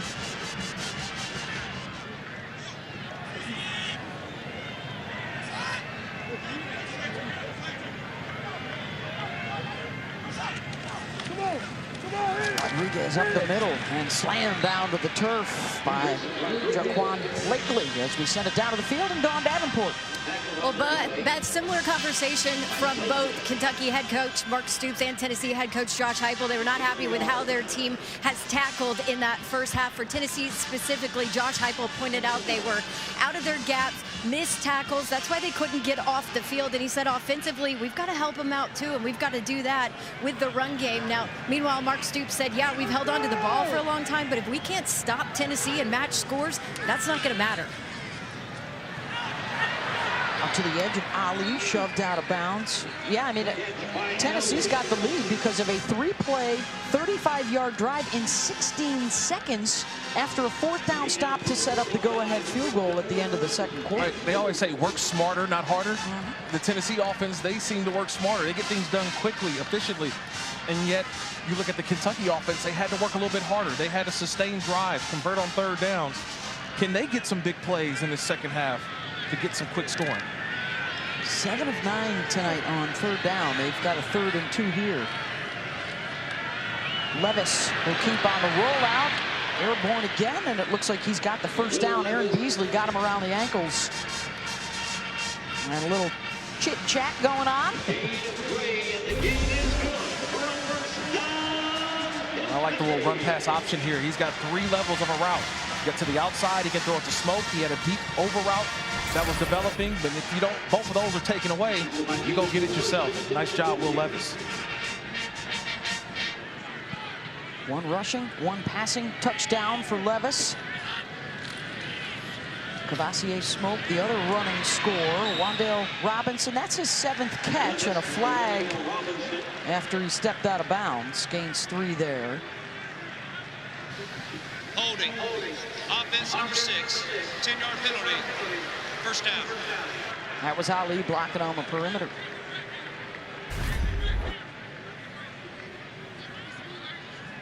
Just got to let him go. At some point, just got to let go. And Ali holding on right there in front of the official. And it cost his team. There was a takedown of Alontae Taylor, who's making his 28th career start. We heard his quote in the open of the program, what he said this week: we don't lose to Kentucky. That's how they're brought up in the Tennessee program. Hasn't happened often. But the Cats won it last year in Knoxville. They have not won back-to-back Tennessee games since 1977. We're talking Star Wars. We're talking Reggie Jackson. We're talking a long, long time ago when Art Still was out there playing D, the All-American for the Cats. And now we have a little chit-chat. Is this a false start or offsides? Do they give 5 yards back to Kentucky? Offside. Defense number 21 in the neutral zone with contact. 1st down. That's Amari Thomas. Dawn? Hey, you guys are talking about this rivalry, gritty, dogfight, tension, lots of bad blood. Who brings the extra fire? Just a couple of the phrases I heard from players from both teams this week to describe it. Both sides said we expect a 4th quarter dogfight. Who's the most physical team? That's the one that's going to come out on top. I've been saying it all week. This is an underrated rivalry. There's a lot of hate between these fan bases. Oh, yeah. On a 1st and 12 here for Kentucky. Nice cutback by Smoke. We go back down to Dawn. You hear it every day on your radio show in Nashville, don't you, Dawn? Oh, I sure do. You should have heard it this week. I tell you what, leading into this one, there was a whole lot of talk. We actually had a Kentucky student call in and ask which Tennessee jersey he needed to wear in the student section because he grew up a Tennessee fan. But you see that often. It's just back and forth. I'm trying to spot the guy, but there's a couple of Tennessee jerseys in the Kentucky student section. But that's how deep this rivalry goes. Kids that grew up Tennessee fans go to Kentucky and vice versa. Yeah, even though they lost to Alabama in their last outing, they were there with the Tide until the fourth quarter, and then things went sideways on them. Throw downfield, and Robinson's got it at the 20-yard line. First down, Cats. Levis beats the blitz again. Yeah, nice play design, too. He had just enough time to throw. And Wan'Dale Robinson, the route had to develop. And a 27-yard gain by Levis, just keeping his eyes downfield, not affected by the blitz. On the rollout. Another missed tackle. Inside the 10-yard line. First and goal, Kentucky goes Brendan Bates. And look at Kentucky showing their kind of carbon copy of the Tennessee offense, right? They're going hurry up, speeding things up, and now catching that Tennessee defense off guard a little bit. We know the amount of plays that they had in the first half, and now speeding up on the last couple of last couple of plays for Kentucky. 13 more yards there. Rodriguez is the offset back.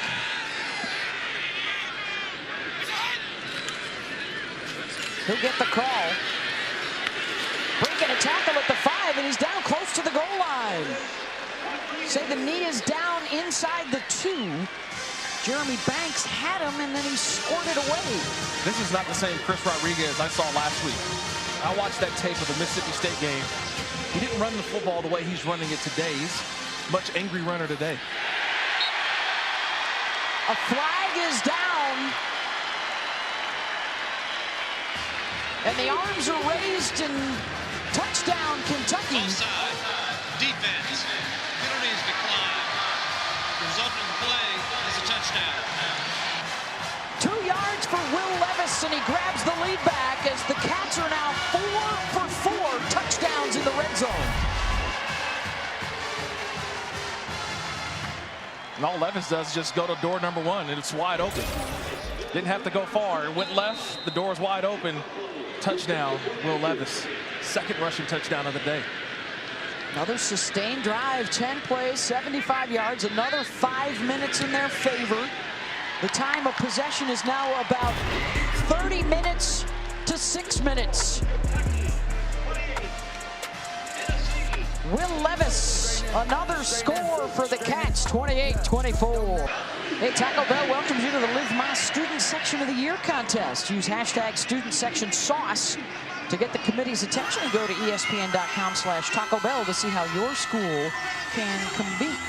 The turnout here, sold out at Kroger Field. The students on hand. They've just witnessed the third lead change of the night. And a short kick, they'll stay away from Velas Jones. And Tennessee will get a good return anyways. Out close to midfield and into Kentucky territory goes Jimmy Holiday. And that'll set up the Vols with a 33-yard return on the short kick. Yeah, short kick backfired. You get the short kick, and you remember you have to now adjust your coverage.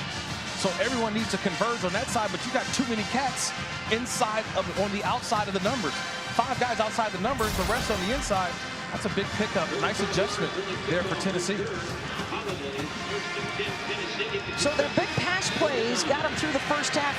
Well, they look to try and run it more. They average over 200 a game. They only had 18 in the first half. And they will go with Jabari Small in the backfield and then throw it out to the edge in Velas Jones, and he'll pick up 7 or 8. We'll keep our eyes on whether or not Tyon Evans can return. He got nicked late in that first half. And we do not see him on the sideline just yet for Tennessee, as Hooker finds Jones for a first down. I want to see if they would establish the run. And you mentioned no Tyon Evans. They've only got 18 yards rushing so far, so this may be a game that's just on the shoulders of Hendon Hooker. Yeah, they just say, let's throw it. Or run it here. Small breaking tackles inside the 10, and he's gone. Touchdown, Tennessee. 37 yards. And a 4th lead change puts Tennessee on top. Wow. What a block by the right guard. I think it was the block on the right side by Javontae Spraggins. Just coming all the way down.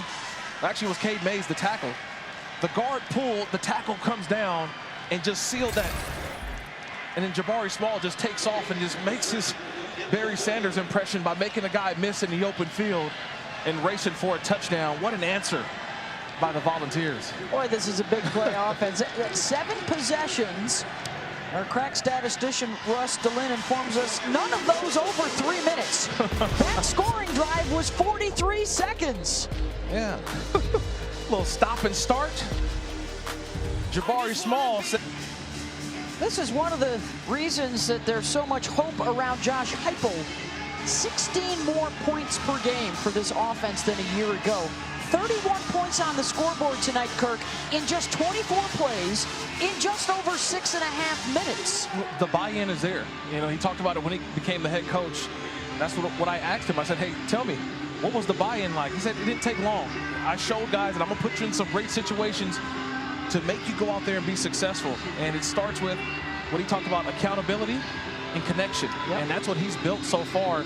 This is a much different Tennessee team that we've seen in years past. And you get the sense of accountability and consistency is key. You know, we don't need to tell folks on Rocky Top it's been bumpy since Philip Fulmer left as the head coach. Heupel is the 5th different guy in 13 years.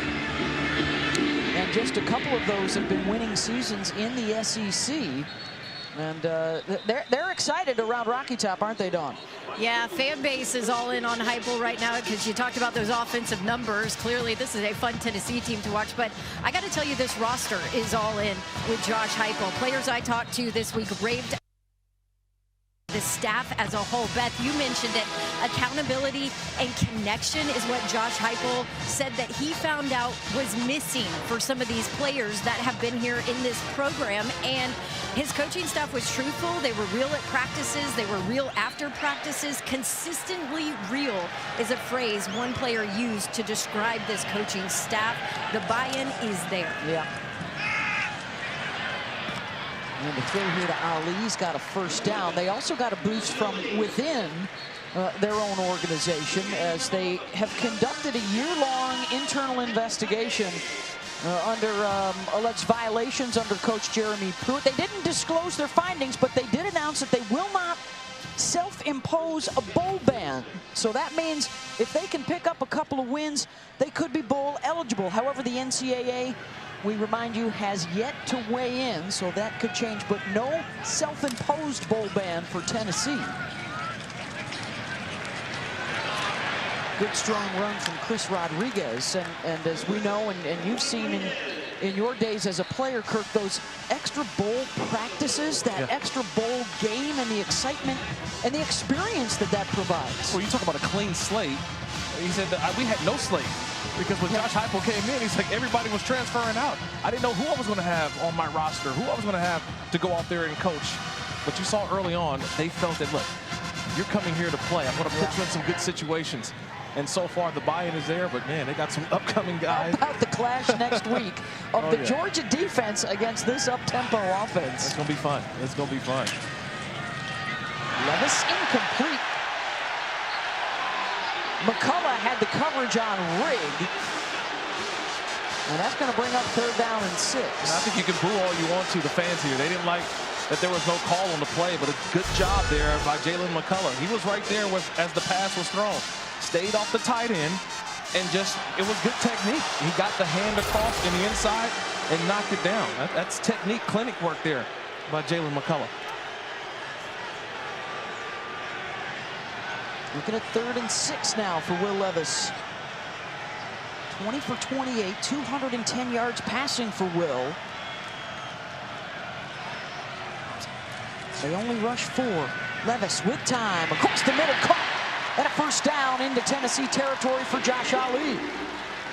Gains 13 on his 6th catch of the day.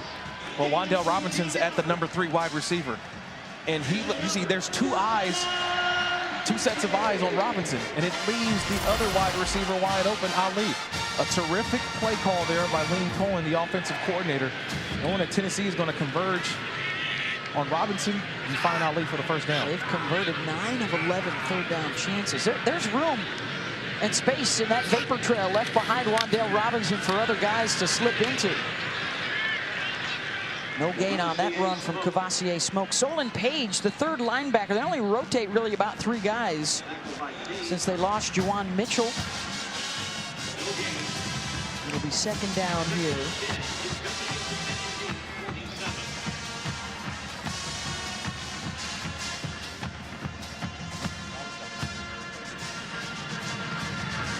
Kentucky coming in tonight ranked 18th in the country, one of 7 ranked teams in the first reveal of the college football playoff, with Georgia and Alabama in the top 2 spots. Intercepted. A lot of green grass for Taylor, and he will take it the other way for the pick 6. Alontae Taylor, the senior from Manchester, Tennessee. And for Volunteer fans, the Cookie Monster gets the INT. And the Cookie Monster read this one all the way. But he's in a squatting stance on the outside, and he just saw the ball get delivered and never broke stride. He took off running, caught the football, and just kept going.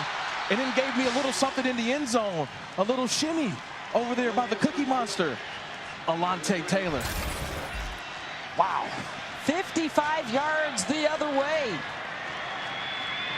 And so both sides are able to cash in on a takeaway tonight. Extra point is good. A 10-point Tennessee lead. And a name, image, and likeness cookie for Volunteer fans tonight. Kentucky's Mark Stoops, the head coach, he said, look, we got to get the turnovers fixed with Will Levis, but I want you to watch Alontae Taylor, the cornerback for Tennessee. Watch his eyes. His eyes are on Will Levis, and Levis just throws a blind throw out there to Wan'Dale Robinson. Taylor just watched the quarterback the entire time and just took off, and he got a little shimmy action there. Achievement, a little woo by Alontae Taylor. Another game-changing play for an outstanding football player from the Tennessee Volunteers. And remember, he's the guy this week to the Tennessee media said, hey, we don't lose to Kentucky. He's trying to make that happen, Dawn. Yes, he is. You know what? Alontae Taylor came in as a wide receiver, had over 8,200 yards and 75 touchdowns receiving in his high school career. It was Jeremy Pruitt, the old Tennessee coach, who actually moved him to DB as a freshman. He told me this week that he fought it. He thought he was going to play in the league as an offensive guy. Didn't even know how to backpedal. He was so uncomfortable. But he also said he is so grateful now that Pruitt made that decision for him. Pointed out, took him a while to get the position. Sure does look good, though, tonight. And he made the play, and then something happened afterwards because he went into the tent. He's not out there right now as Levis will run for a first down and a gain of 18. It was Taylor's replacement, Patton, that made the tackle. And now the Kentucky offense has to come from behind. It was a little bit easier early on when the game is sort of kind of close. You're able to still run your offense. So if you're Lane Cohen, the offensive coordinator for Kentucky, you're just reminding your quarterback, Will Levis, you can't get it all back with one throw. Continue to have the methodical drives and keep this Tennessee defense on the field.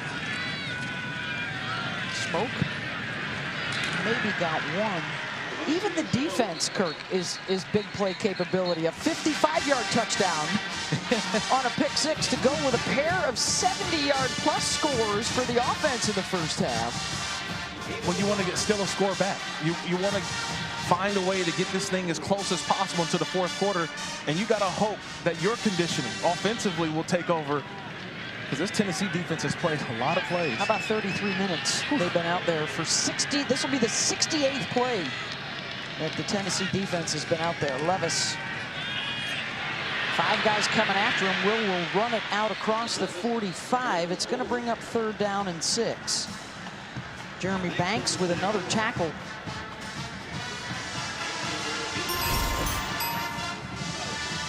Yeah, took a shot at the end of that play.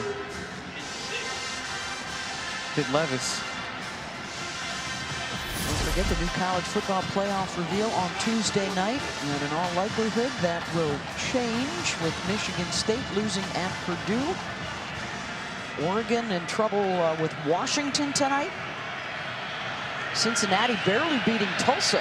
And Ohio State, rather, a squeaker over Nebraska.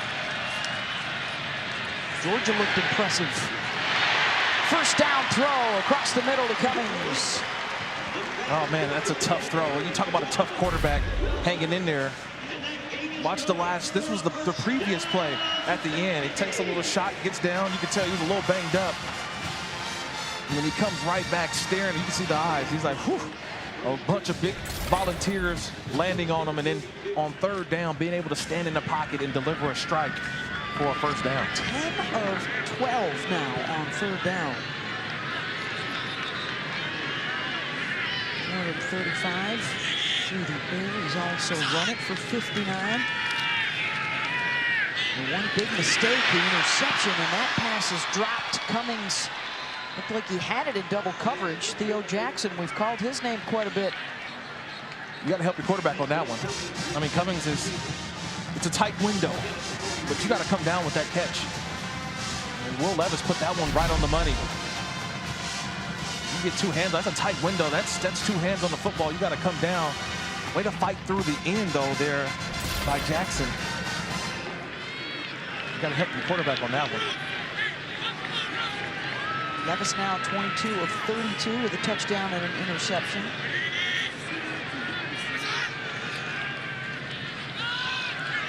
Smoke trying to weave through the defense. Thrown down after a gain of a couple. And now Kentucky's got them right where they want them, third down. They need 8. They've only been stopped twice on third down tonight. You haven't seen a ton of tackles for loss, though. And that's what Tennessee has kind of pride themselves on. So you give a ton of props to the Kentucky offense, right? They've been getting great push. Only 1 tackle for loss on the game. And that's why this 3rd and 8, I can see this still as 4-down territory as well. And they have not used their punter tonight. Colin Goodfellow, haven't needed him. On 3rd and long, they pick up the blitz, incomplete. Down around the 20-yard line, and it's Theo Jackson again with another pass breakup in front of Wan'Dale Robinson.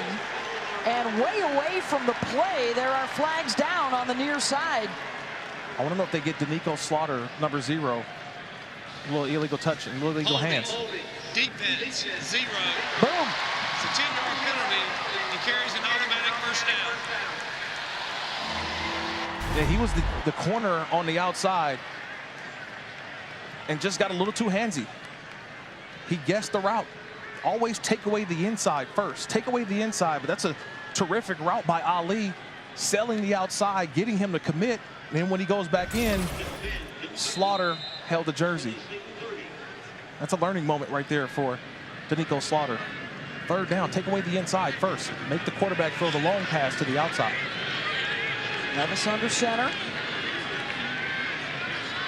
Rodriguez. And run play action with Chris. Levis, a lot of room to run. He'll get the first down, little shake and bake inside the 20. And it's back to the red zone where Kentucky has been 4 times and scored 4 touchdowns. This is the growth of a quarterback. He wants to take the big shot. He wants the big throw to the end zone. But if it's not there, go get some positive yards. Picks up a first down, keeps the chains moving. 72 yards rushing, 235 yards passing, and oh, we forgot, 15 yards receiving. He caught a ball in that first half. My bad. Good total yardage numbers, trying to get his team within a score.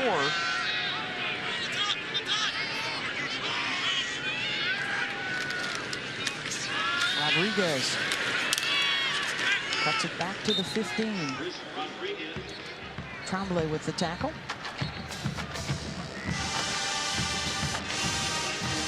Smoke, Rodriguez, and Levis all rushing for over 50 yards, and that has now put them over the 200-yard mark on the night.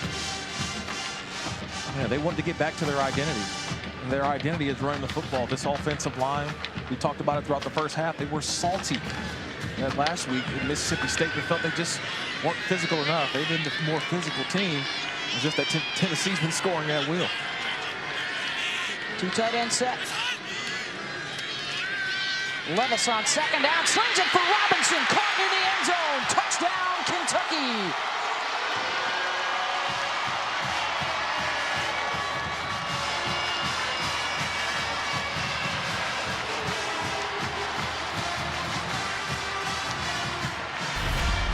I want you to see this double move by Wan'Dale Robinson. He's right in the slot. Watch the double move. Just a stutter step that freed him up.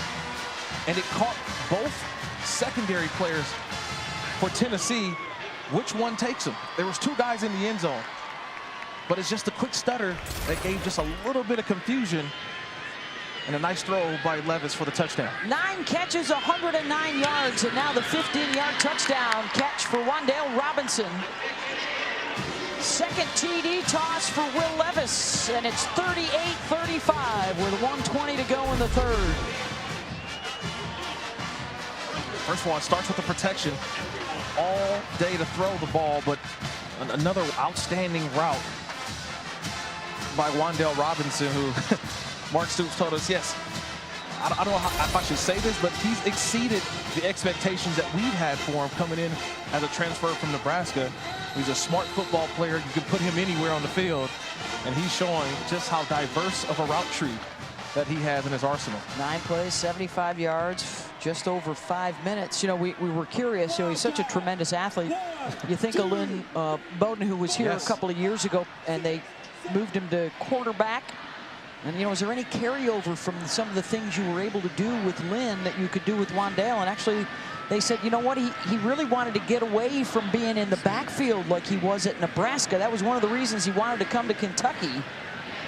And get him out in space, get him touches downfield, and that's what they've been doing all season. That's his 6th touchdown catch. And his 4th game this year of over 100 yards receiving.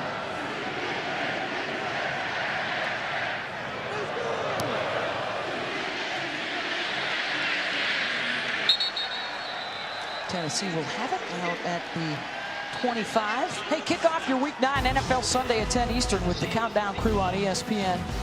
Get all the early breaking stories, injury updates, all the fantasy information you need. And it all leads up to Monday Night Football with the Bears and Steelers in Pittsburgh. How about Pittsburgh? 3 wins in a row. They have resurrected their season. Well, they got back to their identity. Yes, right? they did. We talked about Kentucky getting back to their identity. The Steelers got back to running the football. Another former SEC guy. Yeah, Najee Harris running the ball well for the Steelers, getting them going again. Out across the 40 for Jabari Small in a first down run.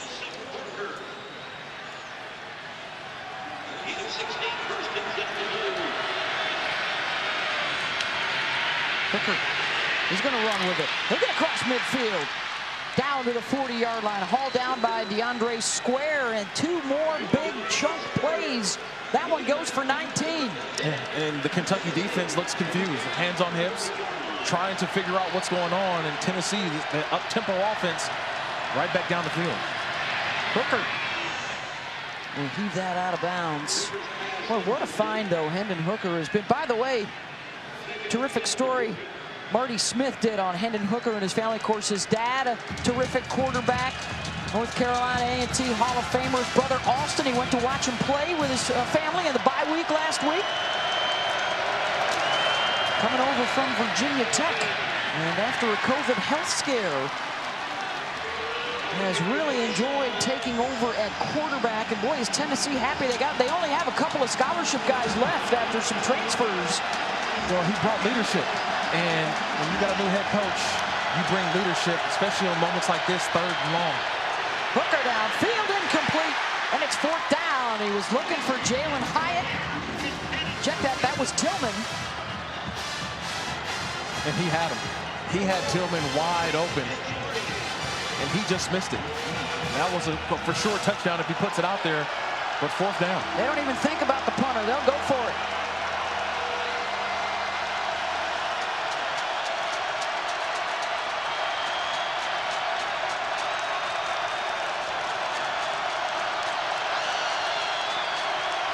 3 receivers left. Safety back to the middle. Hooker looks left. Pressure coming. Ball is out. And down goes Hendon Hooker. And Tennessee gets a 4th down stop. Abadi Fitzgerald, DeAndre Square leading the way. Yeah, Abadi Fitzgerald got there first. He beat his offensive lineman off the ball first to get Hooker off the spot. And then Square comes in to finish the job. That's a nice call there by Brad White. On 4th down, they decided to blitz. And they caught the Tennessee offense looking for the big play and couldn't get it done. Well, it was fun talking with Brad White this week. You know, he talked about you got to come down with bad intentions, and playing in the SEC, you got to put your face on somebody, and his defense did just there. He sure did. And then they jump. There, Rosenthal. Offense, number 51. 5-yard penalty. 1st down. We've already had 4 lead changes as Tennessee jumped in front by 10 here in the 3rd quarter, and now Kentucky trying to make it back-to-back scoring possessions. Still no Alontae Taylor in the secondary. After his pick 6, he appeared to get hurt and has not returned since. And what may be the final play of this 3rd quarter. Rodriguez out to the 45. Gain of 7. And the teams will head to the other end of the field. A 3-point game heading to the 4th quarter. Battle of the Borders, a good one. I just wanna be victorious. Doesn't matter what my story is. Welcome back to the SEC on ESPN. Fall flashlights are on at Kroger Field. We got a good one here in Lexington. A good one going on. LSU and Alabama just announced tonight. College game day will be headed down to the Grove next week. Ole Miss and Texas A&M. And Levis had his man Josh Ali juggled and dropped. 2 touchdowns rushing, 2 touchdowns passing for Will. Also a pick 6 to Alontae Taylor, who has returned to the secondary after missing a possession.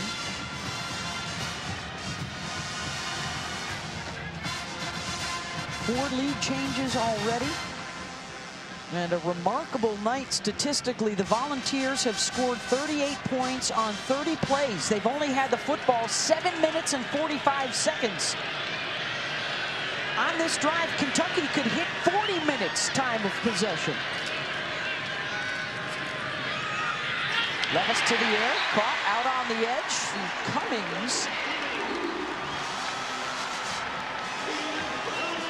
Wow, what a 1st down. 12. That's a 1st down. That's what a throw. They're only rushing 3 and 8 men behind. And Levis finds the weak spot in the defense.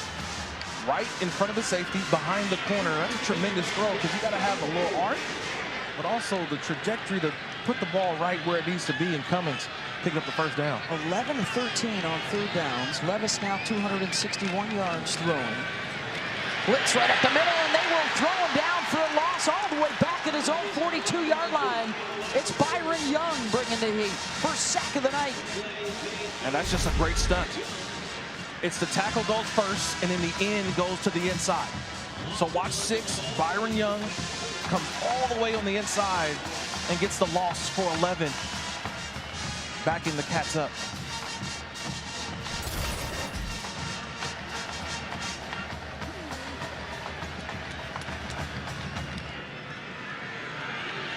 Second down and 21. And a collision in the backfield, and down goes one of the officials who ran into Chauncey Magwood. I'll make sure he's okay.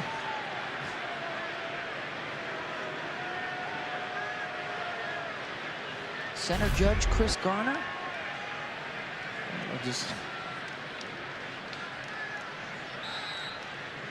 Too many men in motion on that one. Yeah. He seems to be okay. Yeah, remember Pride may have been hurt a little bit, but he holds the football for ready for play from the head official. And as he's trying to get out of there, just a little incidental contact. 4 receivers go right. Levis, just a 3-man pressure across the middle, almost picked.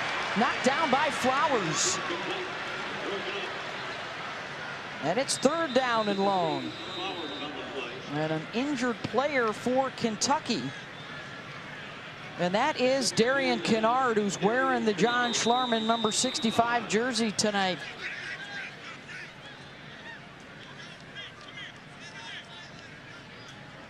Take a timeout. I'll be back in a moment.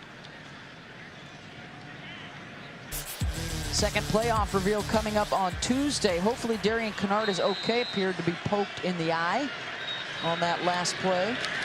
They brought his helmet over to the sideline to put a shield on it for him in the hopes that he could return. Wan'Dale Robinson down inside the 45, tackled by Theo Jackson. And it's going to bring up 3rd down.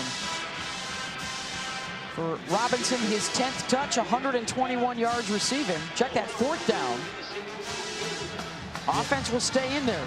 Yeah, the big sack, remember earlier, that pushed Kentucky back.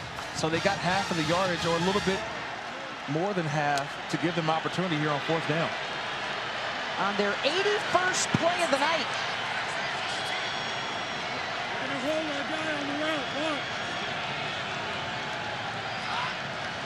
Levis, all-out blitz coming. Will in trouble, and he's sacked back inside the 45.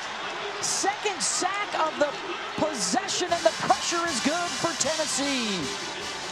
That's Byron Young, and he's got both of them at a loss of 11. Yeah, they just bring the house. They bring everybody, just one-on-one on the outside. And they brought too many guys, and Kentucky not enough to withstand the charge from the Volunteers. A nice call on 4th down again, bringing the pressure, just not enough guys to protect. Especially with that defensive lineman out. Kennard, one of their best blockers, had to come out for the play, and they were all over Jeremy Flax off that right side. I saw Wan'Dale Robinson one-on-one with the guy, said that's the matchup you want, and they realized that they're probably going to bring pressure. Jalen Wright is in here at tailback, the 3rd guy of the night. It's been all Jabari Small in the second half. We have not seen the return of Tyon Evans, who was out with an injury in that first half. And here they come again up tempo. Booker, play action, looking for the deep ball. Tillman underthrown, and Cedric goes back to make the catch inside the 10. High pointed it over. Carrington Valentine got mossed on the play. No, you read my mind. I said that better be on you got mossed on Monday. You talk about adjustment back to the football. Cedric Tillman, a terrific play. And now we got an injured Wildcat. And I got my air quotes coming up when I say injured Wildcat as the Volunteers hurry up to the football. A gain of 37. Just watch the adjustment by Cedric Tillman. This ball's thrown in the air, and just to come all the way back. Yeah, that's a you got moss right over the top of number 14, Carrington Valentine. A terrific catch, and then Valentine down to the ground. Looking at his left leg for Hendon Hooker, 14 of 18 for 310 yards. So yards per throw tonight.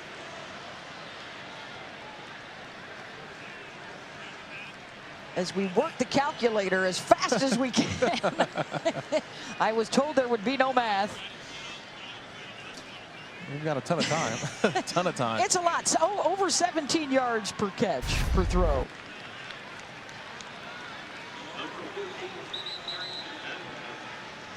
So Valentine will come off to the side. Amazingly enough, with all the points on the board for Tennessee, they've had so many big plays. This is only their 2nd red zone trip of the evening. Yeah, it's been the big play over and over, and we saw it there on the last one. Cedric Tillman going up and making a big play. And just when you thought Kentucky was on the verge of scoring and taking the lead, they don't. Turnover on downs. Now the Volunteers knocking on the door. White stays in the game at running back. Hooker to the corner, back of the end zone, a foot down, caught, touchdown. Cedric Tillman from 6 yards out, and he's got his 5th TD catch of the season. It's the 4th touchdown pass of the night for Hooker. Coverage recognition. That's what that touchdown was. Coverage recognition from Hendon Hooker. And there was just, I mean, the defender doesn't even get a hand on him to reroute him. That ball's thrown perfectly from Hooker to Tillman for the touchdown. That's picture perfect right there. That's what you want to see. Quarterback, wide receiver on point. Boy, what makes them so dangerous is you can't defend just one guy. That's a touchdown throw to all 3 of their starting receivers and to their starting tight end tonight. For Hendon Hooker. 45-35 Volunteers in the 4th.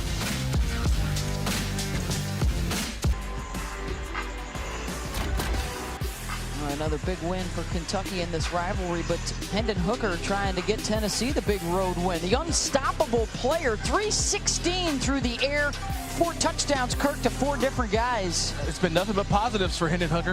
The only criticism I could say is he had a mishandled snap and exchange early on. That was the early turnover for the Tennessee offense, but other than that, he's had a fantastic game today, finding all different wide receivers, the running game working, taking off when needed. Definitely impressed me so far. Mel Kiper's got him in his top 10 quarterbacks right now around the country. How about a studio update right now from Kevin? All right, so Oregon and Alabama in tight ones tonight. 3 of the 4 top 4 playoff contenders trying to get a win. We know Michigan State lost earlier today, so they will get dropped in the playoff reveal on Tuesday night. Terrific college basketball triple header. The South Carolina women against NC State, and then all the big boys. Kentucky Duke will be playing. Kansas, Michigan State should be a lot of fun. The reveal will be between the men's doubleheader for Madison Square Garden on Tuesday.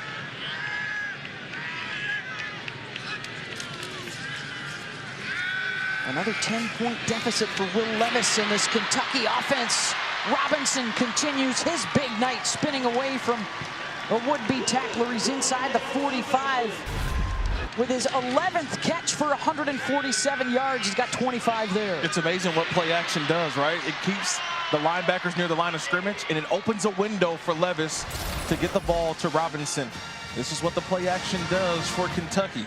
The big play off the successful run on first down by Rodriguez. Second game in a row now that the Kentucky offense has possessed the football for over 40 minutes. They lost to Mississippi State with that advantage last week. They're trailing tonight, even though Tennessee has only had the football for 8.5 minutes. Can their defense hang on here in the 4th quarter? You got to find a way. You got to dig down deep.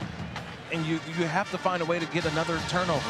This is part of the game where you may start taking chances up 10, maybe trying to jump a couple routes if you're Tennessee. 2nd and 10 for Levis.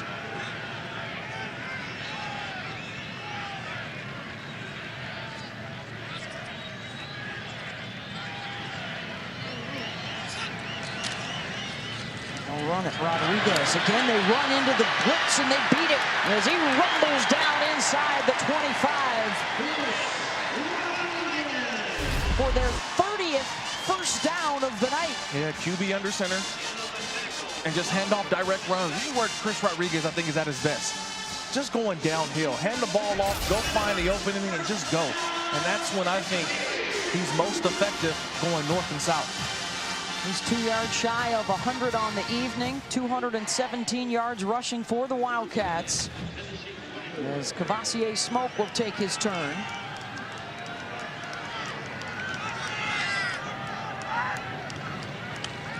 Fake to McClain. And the throw inside the 10. Inside the 5. Touchdown, Kentucky. It's Izayah Cummings.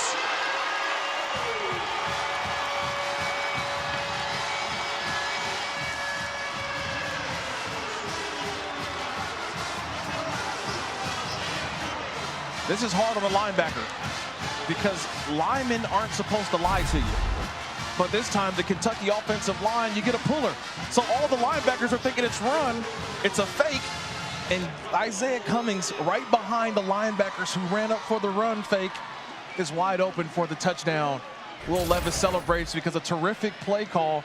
You get the linebackers to overcommit, and Levis with the strike to Cummings. With a little work at the end for the touchdown. 75 yards in just 5 plays.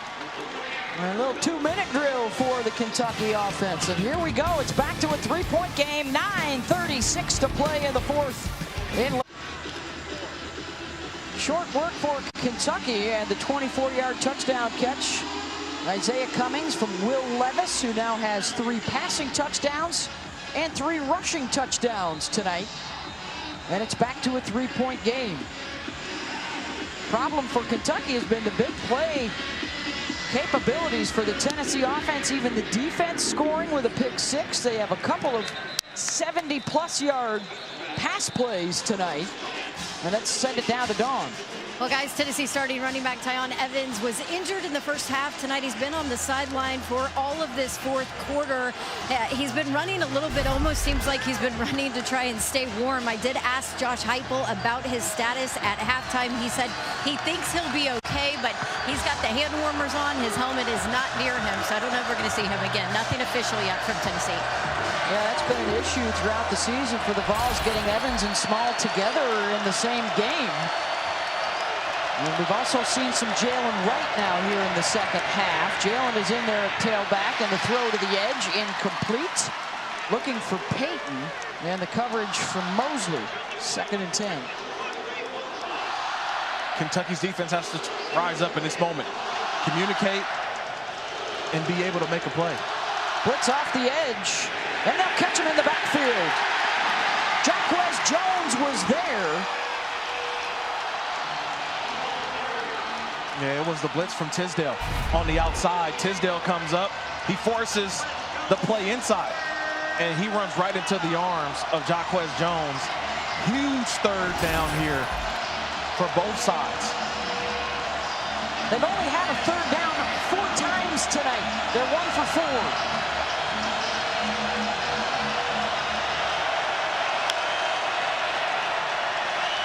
Four guys coming. Hooker will run for it, and he'll get it. Out to midfield, and a 1st down Tennessee as he rushes for 25. You saw it, Beth. You saw it, 4-man rush. And everyone's in coverage. Everyone's got their eyes on their man, but Hooker finds the opening for the 1st down. 50 yards rushing now for Hendon, over 300 passing. Wright breaks a tackle down inside the 45. The freshman from Durham, North Carolina, who's only appeared in 4 games with 28 carries, called upon here in the second half.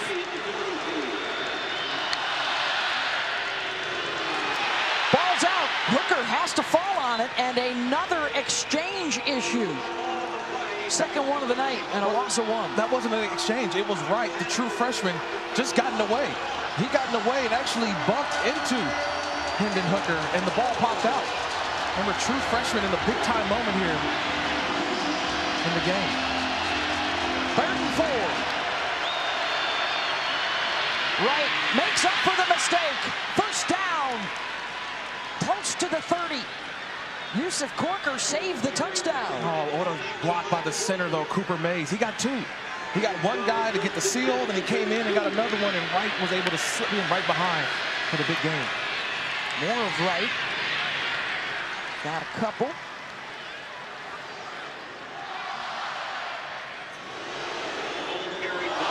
And now it's just a game of keep away if you're Tennessee.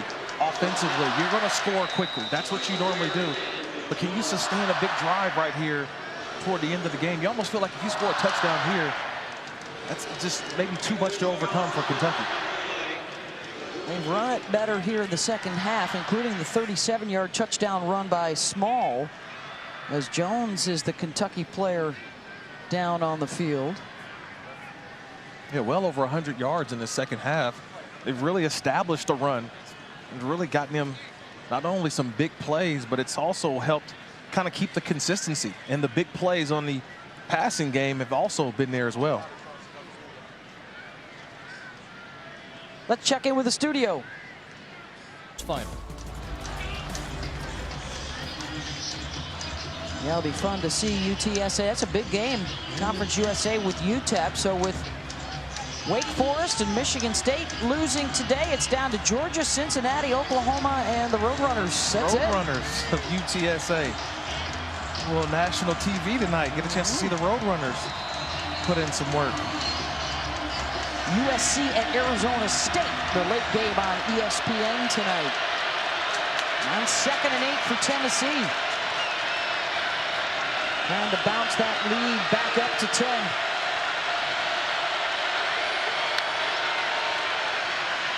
Right with the carry.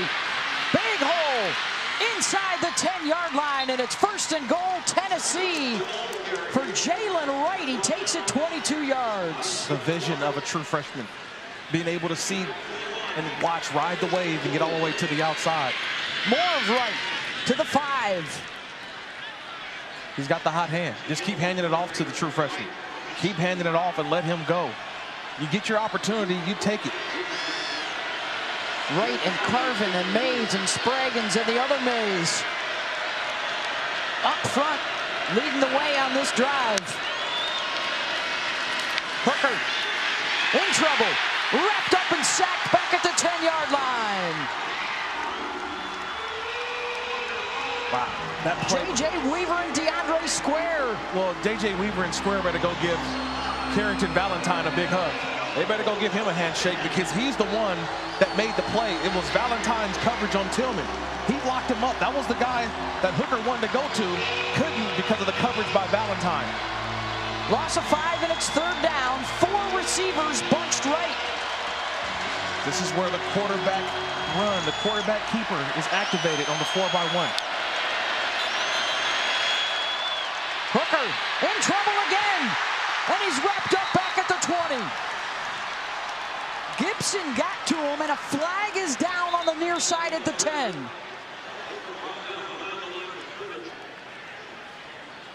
Before the snap, false start, offense, number 88. It's a 5-yard penalty, 3rd down. Oh, that's a costly penalty because it's repeat the down. So that play doesn't count. Wow. That's a big break for Tennessee. Big break for Tennessee. That could have been. So it would have been 4th down, and now they'll keep the ball here. 3rd down, they'll lose some yardage. But another chance on 3rd and goal.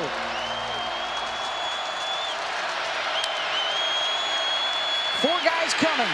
Hooker slides to his left, and down he goes. The Kentucky defense showing up strong, and it's 4th down. Wow. That's just way to converge. You got guys just flying around. And that's what that's team defense. Team defense by Kentucky. You don't get them on the first time. You got to converge, and Weaver was able to finish the job. Chase McGrath on to attempt the field goal. Make this a 6-point game. A 35-yarder. He's already hit from 43.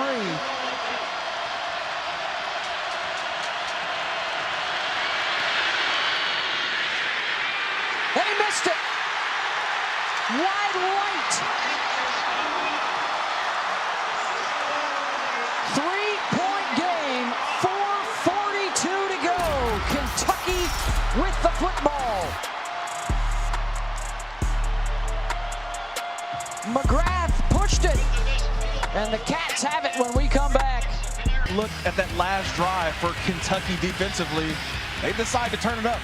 They brought pressure to make Hendon Hooker have to speed up the process. And for an offense that already goes fast, it was the rush that was getting there for the Kentucky defense, bringing pressure and pushing Hooker out of the pocket. So here we go, under 4.5 now to play. A full complement of timeouts for Kentucky. They trail by 3. They are approaching their 90th play of the game, and a ground attack, Kirk. I got to believe they want to continue with that and try and work this clock right down to the end and You want to be not surgical. give Hooker the ball back. Absolutely. Surgical, methodical with this drive. This is a game of keep away right here. You want to go down. You're scoring 7. You're not trying to get 3. Levis. Incomplete, looking for Rodriguez. Coverage from Banks, the linebacker, was right there. Will Levis has had the big night. Can he cap it off with the finish? 3 passing touchdowns, 2 rushing touchdowns, also a pick 6. A little shocking there. You get positive yards on first down with the run. And I think when you think about right now where they're at in this game, it's about sustaining drives and getting 3rd and shorts. Now 3rd and long here. They have not had to punt the football all night. 11 of 14 on 3rd downs. Here's the 3rd and 7. Levis behind Wan'Dale Robinson, and he reels it in. First down, Kentucky. 10-yard pickup, a dozen catches now for Wan'Dale. Yeah, an option route too. He gets a one-on-one option route, 2-way go. And the corner is just backpedaling. Doesn't know, is he going to go out? Is he going to go in? And Robinson with the fake to the out, comes back in. Ball's already in the air. First down, Cats. We've called Theo Jackson's name a lot defensively. Let's see if he's lurking around Robinson in the 4th quarter. Missed on the tackle, coming up from behind to try and punch it out. And Robinson able to take it out across the 40. I think Jackson-Robinson going to be a good battle here down the finish. Oh, it is. It's really just one-on-one. Jackson misses, tries to come back and knock the ball out. But this is Wan'Dale Robinson time. You get me 4th quarter, crunch time, game on the line. Yeah, I know where I'm going with the football, number 1. Wan'Dale Robinson. How does Liam Cohen, the offensive coordinator, disguise him and put him in some other situations where the defense can't key in on him? His 13th catch, good for 9 more yards. Rodriguez, first down, Kentucky. Under 3 minutes to go. There's no rush. You see the clock, and I know it's about 2:45 left. And now we have a Tennessee player down. The defense has been out there for 91 plays and close to 44 minutes. Can they hold on for another 2:45? Let's check in with the studio. That one's coming up next after the conclusion of our matchup here in Lexington. It's the 2nd time tonight they've been working on Caleb Tremblay.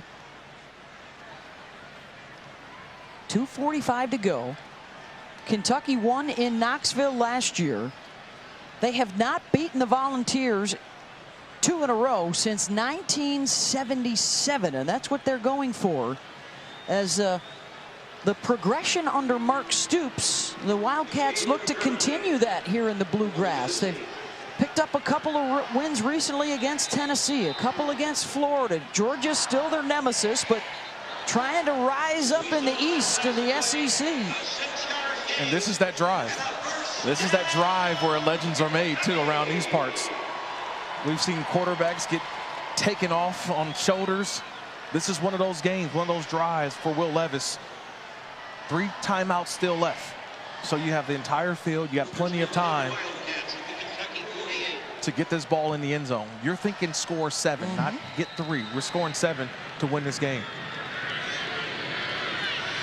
2 tight end set. Rodriguez, the lone setback.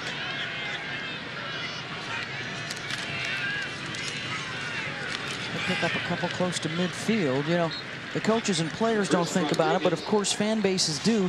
If Georgia and Alabama both end up going to the playoff, you're looking at New Year's 6 bowls deeper into the Southeastern Conference. If Kentucky gets a win here, 10 wins is a huge possibility. Tennessee holds on and gets a win here. A game closer to bowl eligibility in Josh Heupel's first year. With a couple of winnable games still remaining, and they've got Georgia next week. McClain, they've been setting this up all game, and Tennessee was ready for it. Under 2 minutes to go, and it's 3rd down. Yeah, still no panic, still no rush. Still got 3 timeouts left.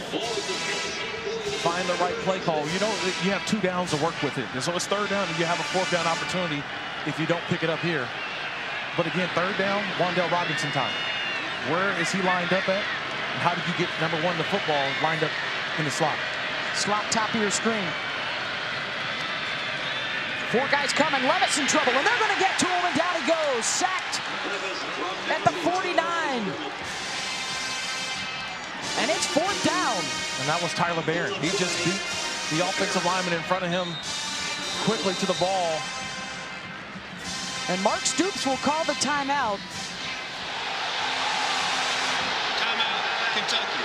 The first of the second half. Fans thought there should have been a face mask on the tackle, and so does Will Levis. Yeah, I think the officials missed this one.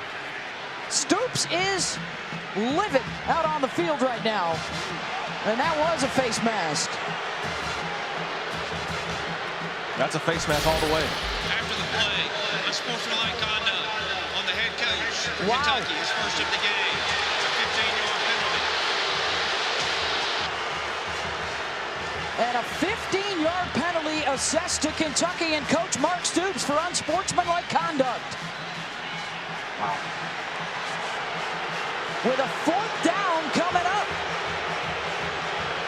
Yeah, it's a bad call. And I understand, Coach Stoops, you're angry, you're upset. It is a bad call that goes against you. That is a grab of the face mask by Tyler Barron, and it should have been called by the official. But it was not called. And this is where the head coach has to keep his composure. So instead of 4th and 9, it is 4th and 24 for Kentucky.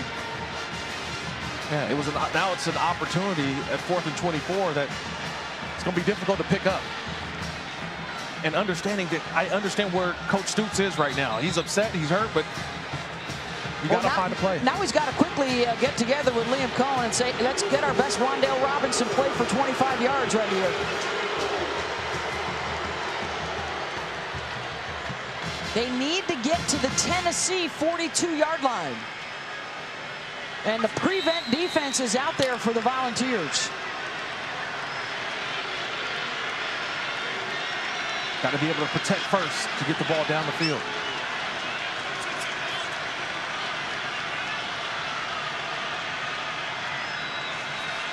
Volunteers send 3 after Levis. Everybody else drops. Will slings it downfield, and it's caught for a first down inside the 40.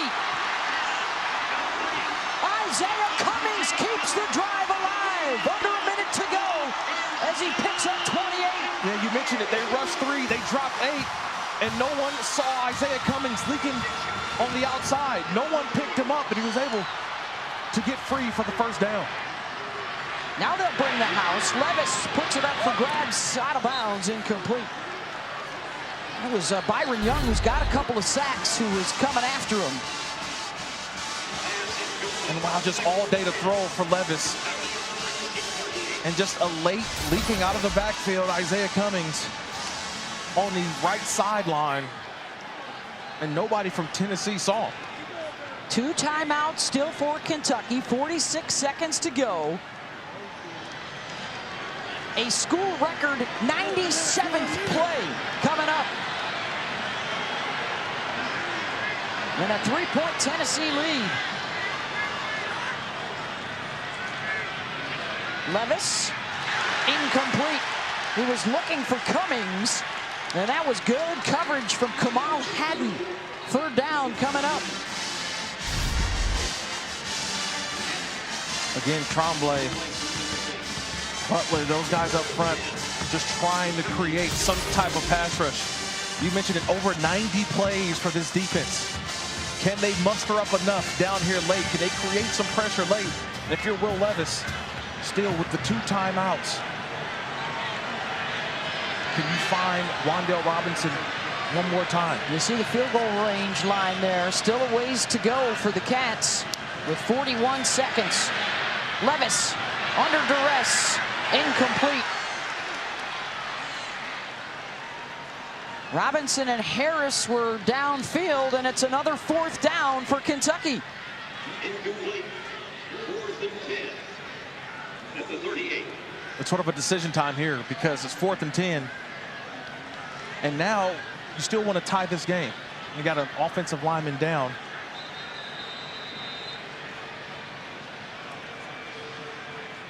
Of course, a running back down. It's a decision you got to make right now as a head coach. That's Chris Rodriguez. From here, Kirk, it would be a 56-yarder. Ruffalo's long this season is 45. He missed from 50 earlier. Wow. I'm just kind of going through in my head right now. 2 timeouts left, 4th and 10. Offensively, are you playing for the tie or playing for the win? Do you want to put your quarterback in a situation of trying to force the ball to get 10 yards, or do you just get enough yards to make a comfortable field goal? I think in this situation, you don't want to leave any time left for Tennessee if you do tie it up. That's another thing you have to worry about too. Do you, in this situation, it's a tough one. But I think you... Well, you need to play for 11 yards here, right? I don't think they're going to Ruffalo, are they, at this point? Or they're he's got his helmet on around midfield. So if you can get the first down, you got plenty of time with the timeouts. Right, but it's a tough one because... Do you think they should kick it here? No, I think that they should get 11 yards. But I don't know how they're going to get 11 yards on a 4th and 10, because now you're thinking about giving the ball all the way back to Tennessee with time left on the clock. So this is an important 4th down. It's a tough one. I'm trying to figure it out. Don't you like Robinson for maybe 10+ yards, or somebody in his vapor trail? Yeah, just to pick up the first down. Well, you want to get the first down no matter what. Yeah. If you're Tennessee defensively, I don't think you need to worry about going deeper. Let's see, on the 99th play for this offense tonight.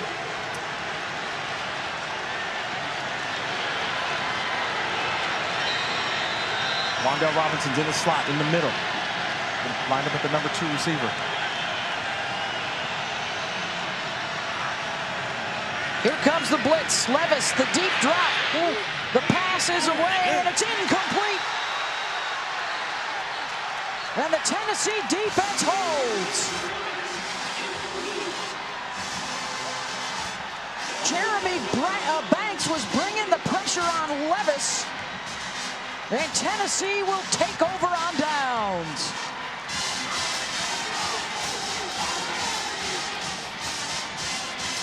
Wow, great hold by Tennessee. What would they do? Would they play coverage? They decide to bring pressure. 1-on-1 on the outside, and Levis tried to buy just enough time to get the ball off, but just sailed on them. Boy, on a night where the offenses shined and made big plays, and a Tennessee defense that was out there for over 46 minutes, they have enough in this 4th quarter to come up with a 4th down stop to take over. Wow. And they are on the verge of handing Kentucky a 3rd straight loss and inching a game closer to bowl eligibility. Timeout, Kentucky. They will have 1 left. Kentucky, their 2nd of the 2nd half.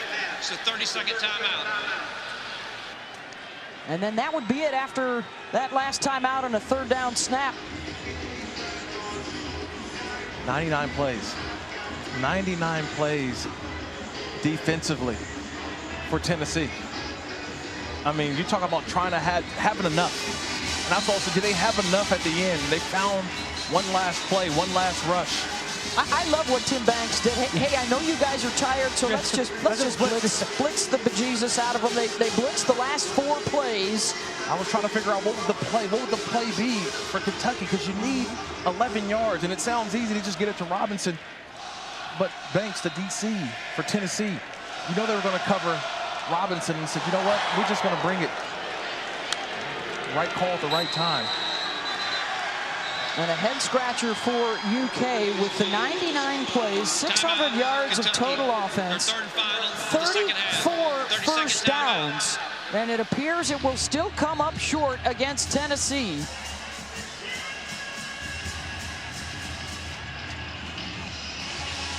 Big play after big play for the Volunteer offense tonight. Huge pick 6 for Alontae Taylor. This game was about Hendon Hooker. This was his ability to throw the ball all over the field tonight. The big plays, really think about how this game started today. You know, the first play to the outside, Peyton goes 75 yards for a touchdown. 4 touchdown throws for Hendon Hooker. I mean, his leadership was on display throughout. To 4 different receivers. And what a fit he has been for Josh Heupel and Alex Golesh in this offense. And Kentucky now out of timeouts, and that's it. Tennessee comes to Lexington and gets the win. 45-42 in Josh Heupel's introduction to this rivalry.